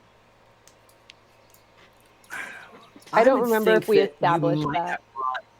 We did not establish that, and I would say that maybe you brought one person. Like, I think that Eckers is a kind of person who, while fiercely independent, also knows the value of having someone else to help you watch your back. Yeah, so I'm rooming with that person. Okay, so what I would say is that this was the person you took with you was another one of the crew members who also is kind of roguey and can kind of sneak around. Yeah. And your orders to them had been to not contact you, not be seen talking to you, but always kind of like watching and just making sure everything's cool. And, you know, because you know that it was going to be a fight with Garrett to get you on the team. Yeah. And you might conceivably want to, like, you know, get back at you somehow. And so he was just supposed to come with you, but not like be with you. And so a situation like this would absolutely, I think, be part of hey, change of plans. We're going to team up now. Well, also, what had his backstory been for why he was there? Who? My crewmate. We're going to establish that right now. So who do you think this crewmate is? Well, it's a she. Okay. First of all. No,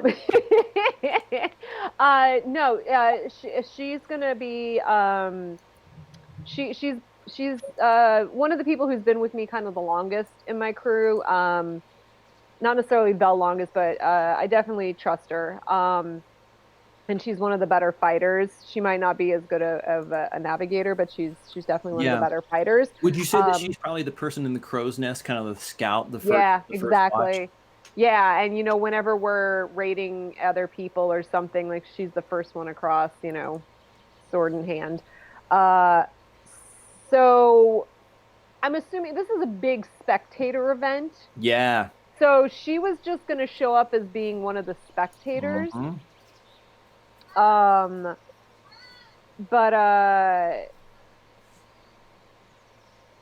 I was trying to see if there's a way to save her cover, or if not, I might just have to be like, hey, I just need you. Yeah, I was just trying to see if there was any way I could like plausibly room with her without letting people know that we knew each other, but I can't really think of a good backstory for that. Yeah. No, other than like she's a huge fan and I want her to stay with me. Yeah, I think you could just pack up and just leave and not tell anyone and find your own things, and then if people come looking for you, they can't find you, but you still know when to show up for events. Like that's your personal business. Because I definitely don't want people to know where to find me. Yeah, and I think that'll play for now. Yeah, for sure. Cool. So I am gonna go with her name TBD. Mm-hmm. I will think of it momentarily. Her name is TB. Yeah. There we go. Her last name is D. Yeah, I call her T TB. for short. Yeah. TB. Yep, this is TB. You bunk with TB, and I'm so proud of myself right now, you guys. So you guys are kind of taking a lunch break, basically, resting from the extreme heat of the middle of the day. This is a pretty common occurrence among the halflings and even some of the dwarves who are familiar with this area. It happened yesterday as well.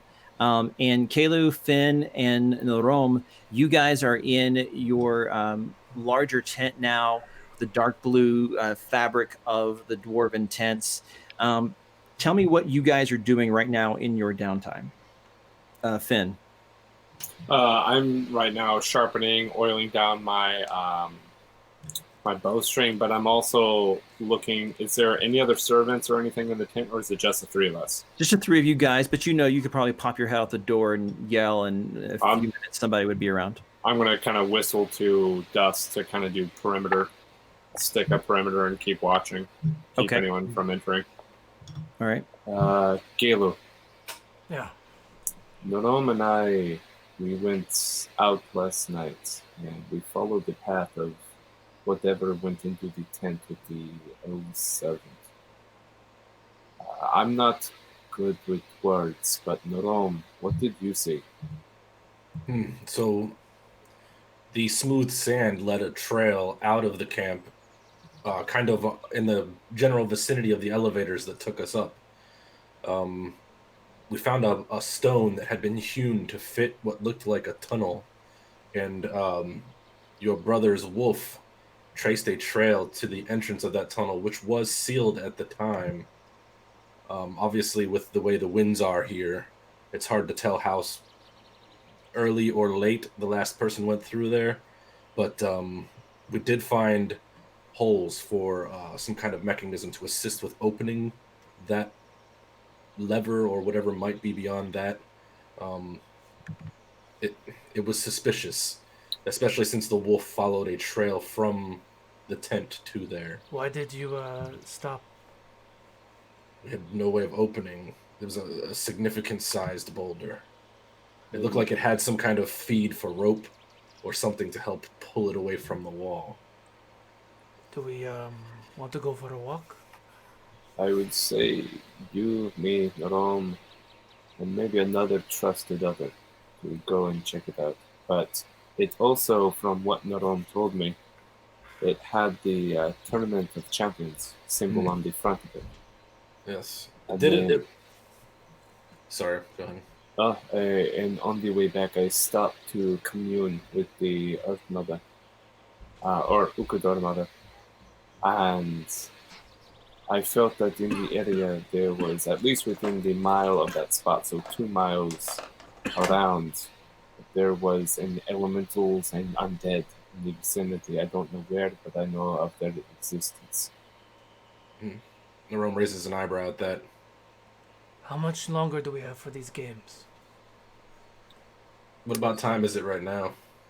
This is like maybe 1 o'clock. You had your midday meal, and the Pancration is the last event, and that should be happening this afternoon. And Kalu, Finn, you both have a passive perception of 16, and you hear just the faintest noise of like someone walking away from the back of the tent. Did Dusk do anything about this? You kind of like are suddenly aware, and you look, and Dusk is on the other side of the tent from where you hear the noise.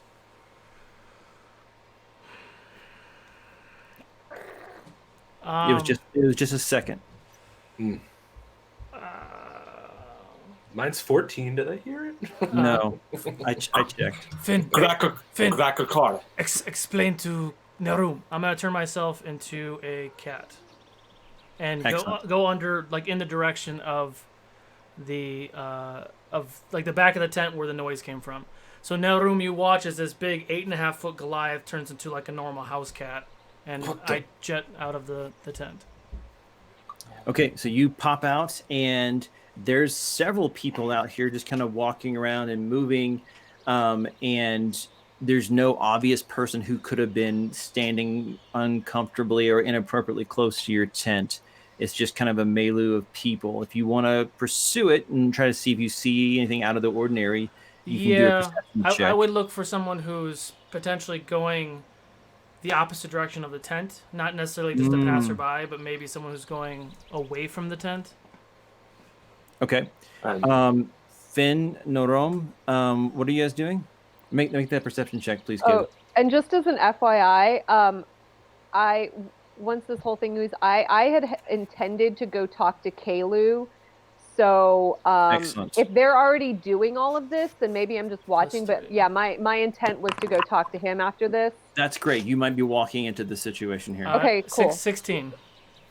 16, great. Finn, Narom, what are you doing?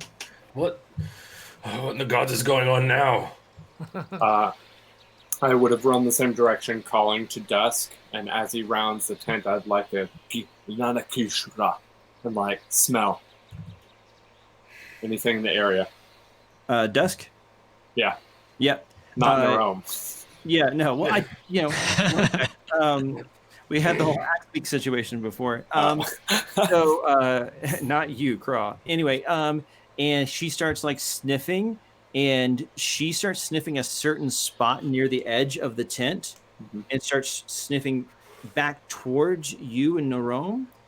And Narom, you feel the ground shift a little bit under you, and you look down, and the sand is up to your ankles. And you look, and you're like, no, it's not up. I'm down. I'm down to my ankles. The sand like became porous, and you kind of just went slowly. Can I leap out? Yeah, make me a acrobatics or something. Yeah, how about this? How about a dexterity saving throw? Oh, I'm good at these. DM, would I have noticed that if I'm outside of the tent? No, but you do see two people who are walking away from you in the crowd. The crowd kind of tends to go left and right. These people are doing perpendicular. Got it. But they're two kind of far away from each other. One's on the left, one's on the right. You have a chance to catch one of them. Nat 20. So a 27. Really? Nice. Oh, that's I'm right. a monk. Okay. You just jump out and kind of back pedal like this and land, and you both can see that the ground here almost looks like it's water and that it's flexible, and a hand comes up and just grabs you, Finn. Oh, can I attack And it? I need you both to roll for initiative. Oh shit! Kalu, left or Yikes. right? All right. Hold those numbers, guys. Kalu, left or right? I'll roll it on Does here, one actually. look different than the other? Does one stick out more than the other? One's taller. The one on the right's taller than the other one. Than the one on the left. The one on the left is wearing white, really light colored clothing. I'll go for the left. The left. So you like catch up, and are you trying to like just like right next to the guy because there's no way that they can know that's you? I'm trying to get close Or are you enough trying to to stay. where I don't get stepped on or kicked. Yeah. But just so I can see if I can identify the person. Okay. So you kind of like get a good berth and get around, and this figure is walking and stops and looks at you and says, "Hello, kitty." And Amis leans over to rub your ears and head. Amis? Mm. Which one was that? Amis. He's the He's- head of the game. He's the head of the games, 4-time champion winner. Oh, what the fuck's going on? I'm gonna let him pet me. Great. Eckers, you are approaching their tent. You had to actually ask, like, hey, their tent was empty. Where did they go? And they're like, oh, the tent is like, oh, they moved them down over there. There's more of them together now. And you hear Finn go, ah! So you can roll for initiative too. Okay. Gentlemen, what did you get? I have a total of 10. Oh wait, we're rolling initiative on here, Yeah. right? Okay, Whatever. yeah. Finn. 15. 15. So Finn goes first. Okay, I'm trying to roll. There No. we go. It's got a on there. You got a 2. Second. Oh wait. What? Okay, well I rolled a 12 here. Well, that plus 5, so that's a 7. I'm looking for this thing. Okay. And this thing tied you, Norom. And Eckers, you're last. Is that right? With a 7, probably. Yeah, probably totes. All right. It's going for this giant hand is going to just grab you like he's ready to do a mic drop with you. Finn, what do you want to do? I'd like to cast a Zephyr Strike on myself, Okay. and I'd like to slash at it with my hand axes. Okay. Go for it. Cool. And Norom, I'm going to let you be next to be thinking about what you want to do. That's going to be, oh my gosh, where's my attacks? I'm sorry. That's going to be an 18 to hit on the first hand axe, It hits. and then a, gosh dang it, that's a good roll. 18 actually on the second one as well. Also hits. Okay. With the spell, Zephyr Strike. So I do a d6 from the hand axe, and then... Is your hand axe magical? No. But this Zephyr Strike adds an extra 1d8 force damage to the hit. Okay. We'll treat it like the whole thing like a magical weapon. Oh, and I get to add advantage to myself one time on my turn. That's still not going to do much. Okay. That's going to be 5 plus 1d8. That's great. So 5 normal damage and then 2 force damage. And then with the bonus attack, that's only a 1 damage. Cool. And I'm going to move away from it. Like, as far as I can get from it away. And I do not provoke opportunity attacks. Right. Excellent. Norom, what do you want to do? And then ready my bow. Am I, is there anything within striking range of me? Oh, it is. I mean, Okay. you jump back and you're out of like puddle range, but it's close enough for you to smack. Its attention, if hands have attention, was just focused on Finn. Got it. I'm going to make a total of 4 unarmed strikes, 2 regular attacks, and 1 bonus action of for Fury of Blows. I'm just going to light this thing up. Great. All right. That's a 20 to hit. I'm just going to roll all the attacks first. 17 to hit. No. No? Okay. 24 to hit. Yes. And 26 to hit. Yes. All right. So one of the regular attacks missed. Not that it matters. It's all the same damage. Teach that saying to the boss. Yeah. I'm just straight up Bruce Lee in this thing right now. All right. So that is. Let me look at my attacks here. Yeah, this is all magical fist damage. At my monk level, it's considered magical damage. Consider magical? Great. I was actually just getting ready to look that up. Yep, it's considered magical at this level. So what's my total? So that is 9 plus 7, 16 plus 6, so 22. Excellent. All right. And then it turns to face you and slams right into you. And it's going to attack twice. Where's my other D? There it is. See, does a 25 hit? Yes. Does a 16 hit? Does not. Okay, so just one of them. All right.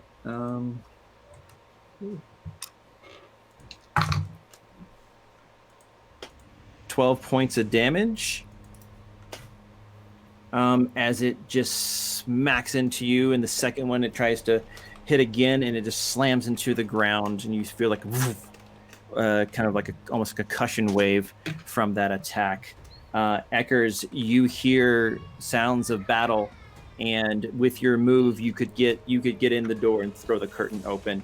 Kalu, you also hear like commotion, not from the battle, but from screaming of other people. Roll your initiative for me as well for next round. Eckers, it's you. Okay, so I am going to pull out my rapier and my scimitar, and I am going to I'm gonna attack. Great. See, his hand thing is just is hit a Norome and missed, and you're gonna run up and attack.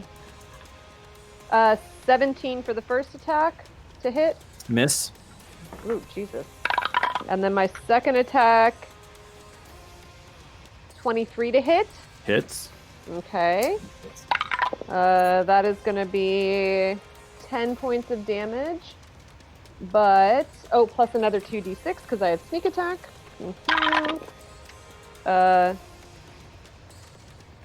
21 points of damage. Excellent. Any of that magical? No, none of it. I have, because I'm part rogue, I have sneak attack, and then dual weapon. And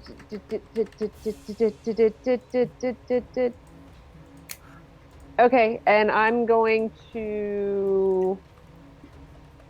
Yeah, I'm gonna. I don't get opportunity attacks either, so I'm gonna disengage and. Boop. All right, sounds good. Pop back out of the way. Kaylee, what is your initiative? 10. 10, excellent. All right, back to the top of the round. And Finn, you got another chance at this thing. Yeah.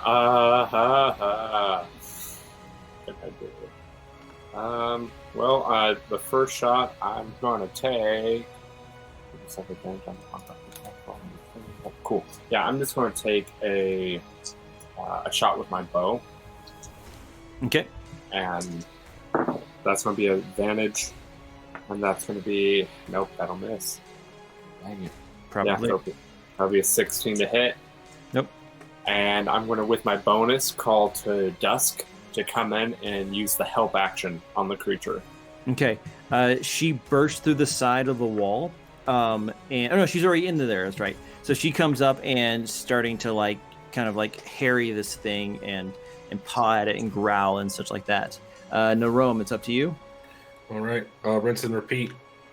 I'm going to use 4 unarmed strikes. I'm going to bonus action again and flurry of blows. Excellent. That's a 27 to hit. 26. Yep. 18, 25 to hit. Yeah. That's a natural 1. No. And that is a 19 to hit.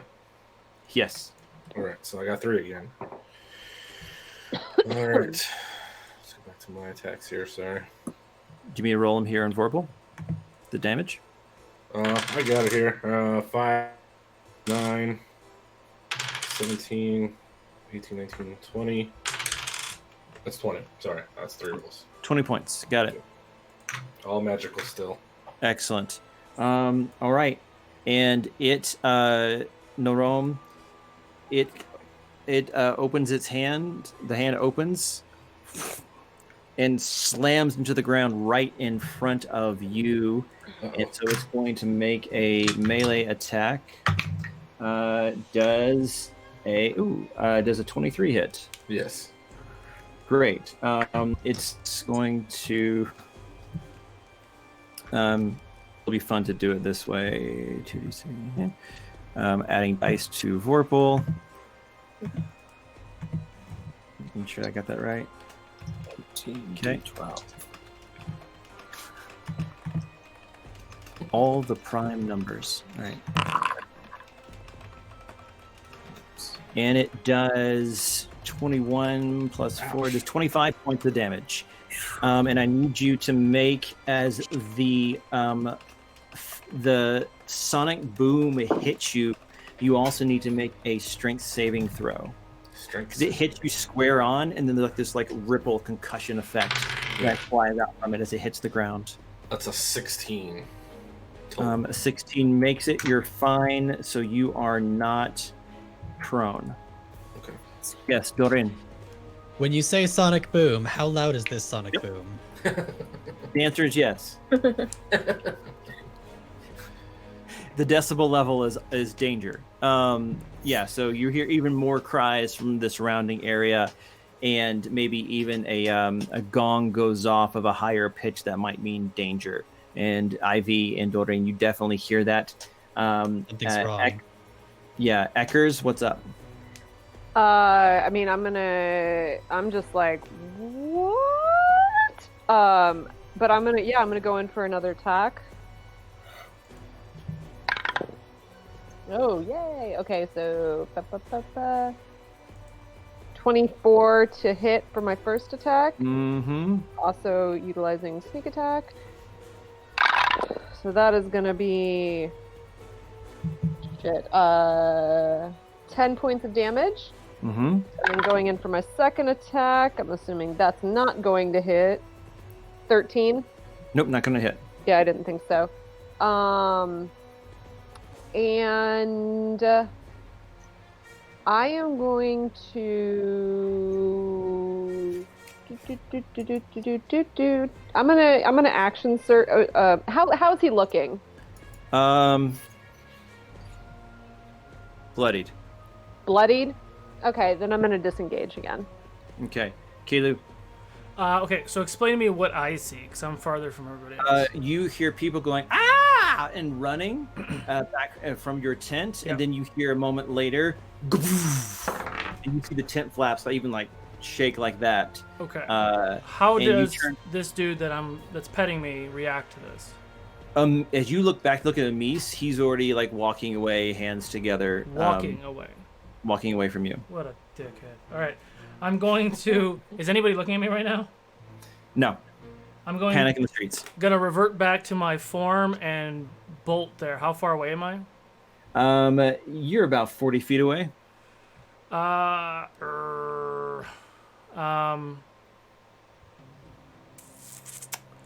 Remind me on rage.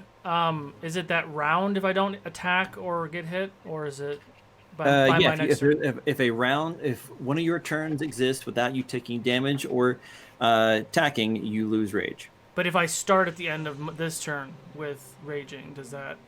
Oh yeah, that's fine. Yeah.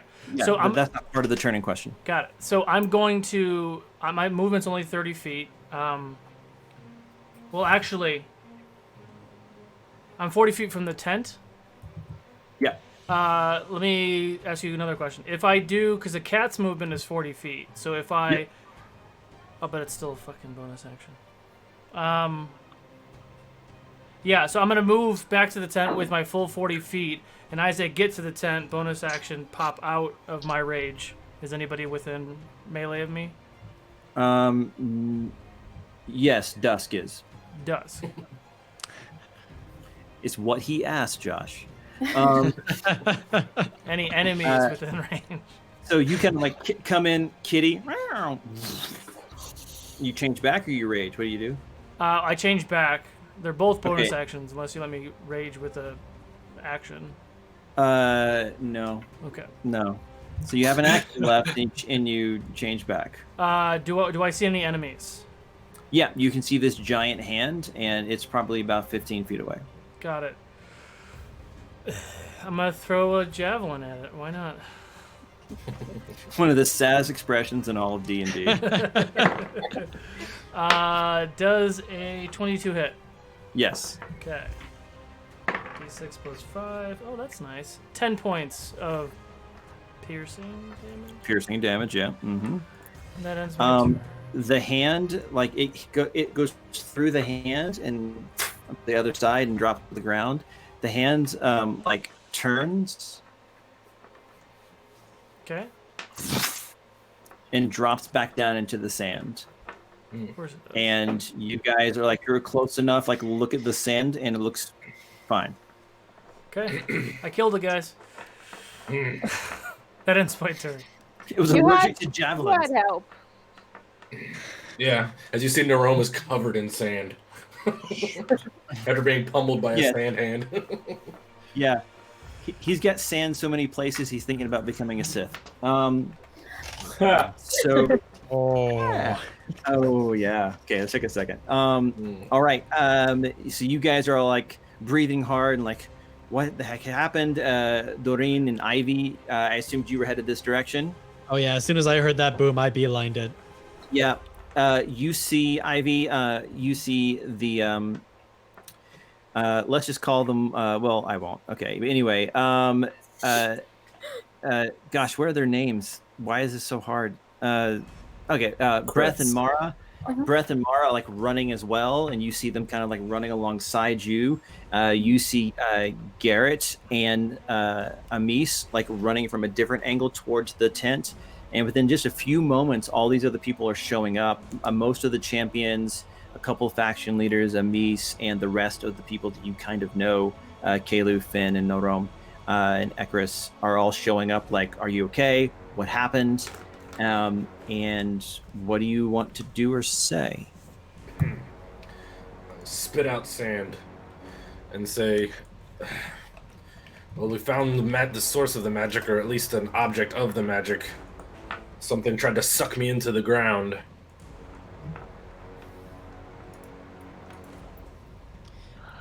Garrett, After here, what? go for it.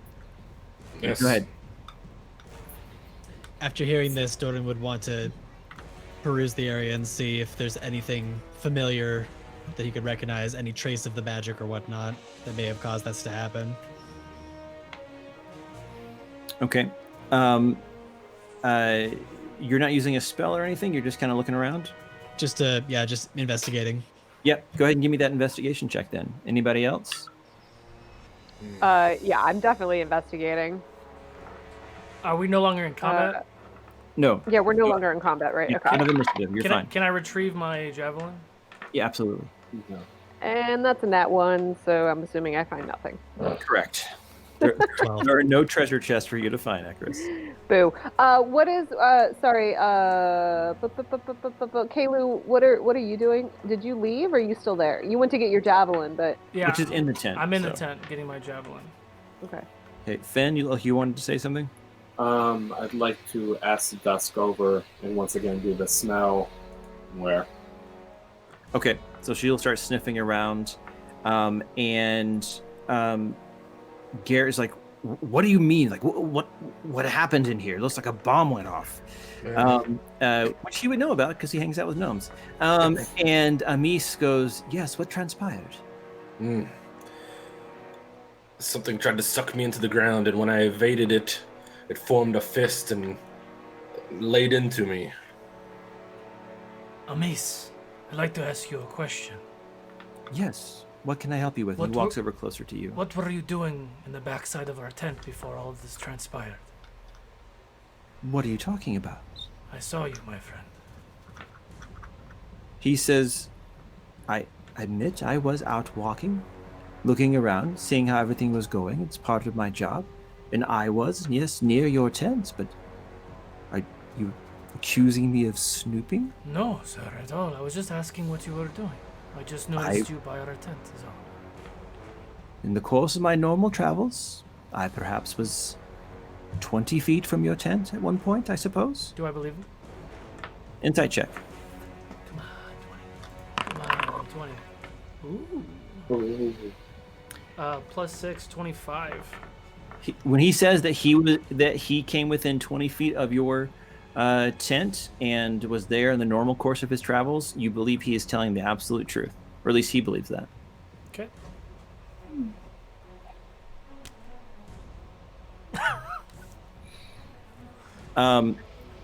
And Is Ulrich here? Ulrich has finally arrived. He's not as quick as some of the others. He's like, what's going on? What happened? Is there another murder? It seems someone is targeting dwarves. Dwarves? Yes, Ulrich was skinned, and I was almost sucked into the ground moments ago. But what about Fancy Lad's servant? Theodore? That's what? He really does call him Fancy Lad. It can't be a coincidence, 2 dwarves targeted. All right. We've got an hour until the next event if we don't cancel it. Everyone back to my quarters. We're going to figure this thing out. Agreed? Yeah. Sure. And that's where we leave tonight's session. All right. Thank you guys for watching. Thank you, players, for playing as I inflict all this craziness upon you. I hope you're enjoying it. As we said at the very beginning, please follow the channel here at Fable42 if you haven't already done that. And if you have that free subscription for being an Amazon Prime member, please spend it in a place where it's really going to mean a big difference, which is here at Fable42. Just click that button and see if you have it. And if you've done it before in the past, it doesn't automatically renew, so you'll need to choose us every single month. And we hope that you will choose us every single month. Thank you for watching, and I'll turn it over to Chris Solo to finish out the stream. Yeah, thank you, Jason, for another awesome show. We're going to go raid our friends over at Total Party Chill, so go ahead and spread the Ukador Fable42 love. Devin. Give Devin, just everyone blow Devin a kiss for me. Let's do that. Yes, please. So yeah, we'll see you guys tomorrow for the next episode of the Origins of Ukador. All right. See you guys. Bye, everyone. Bye.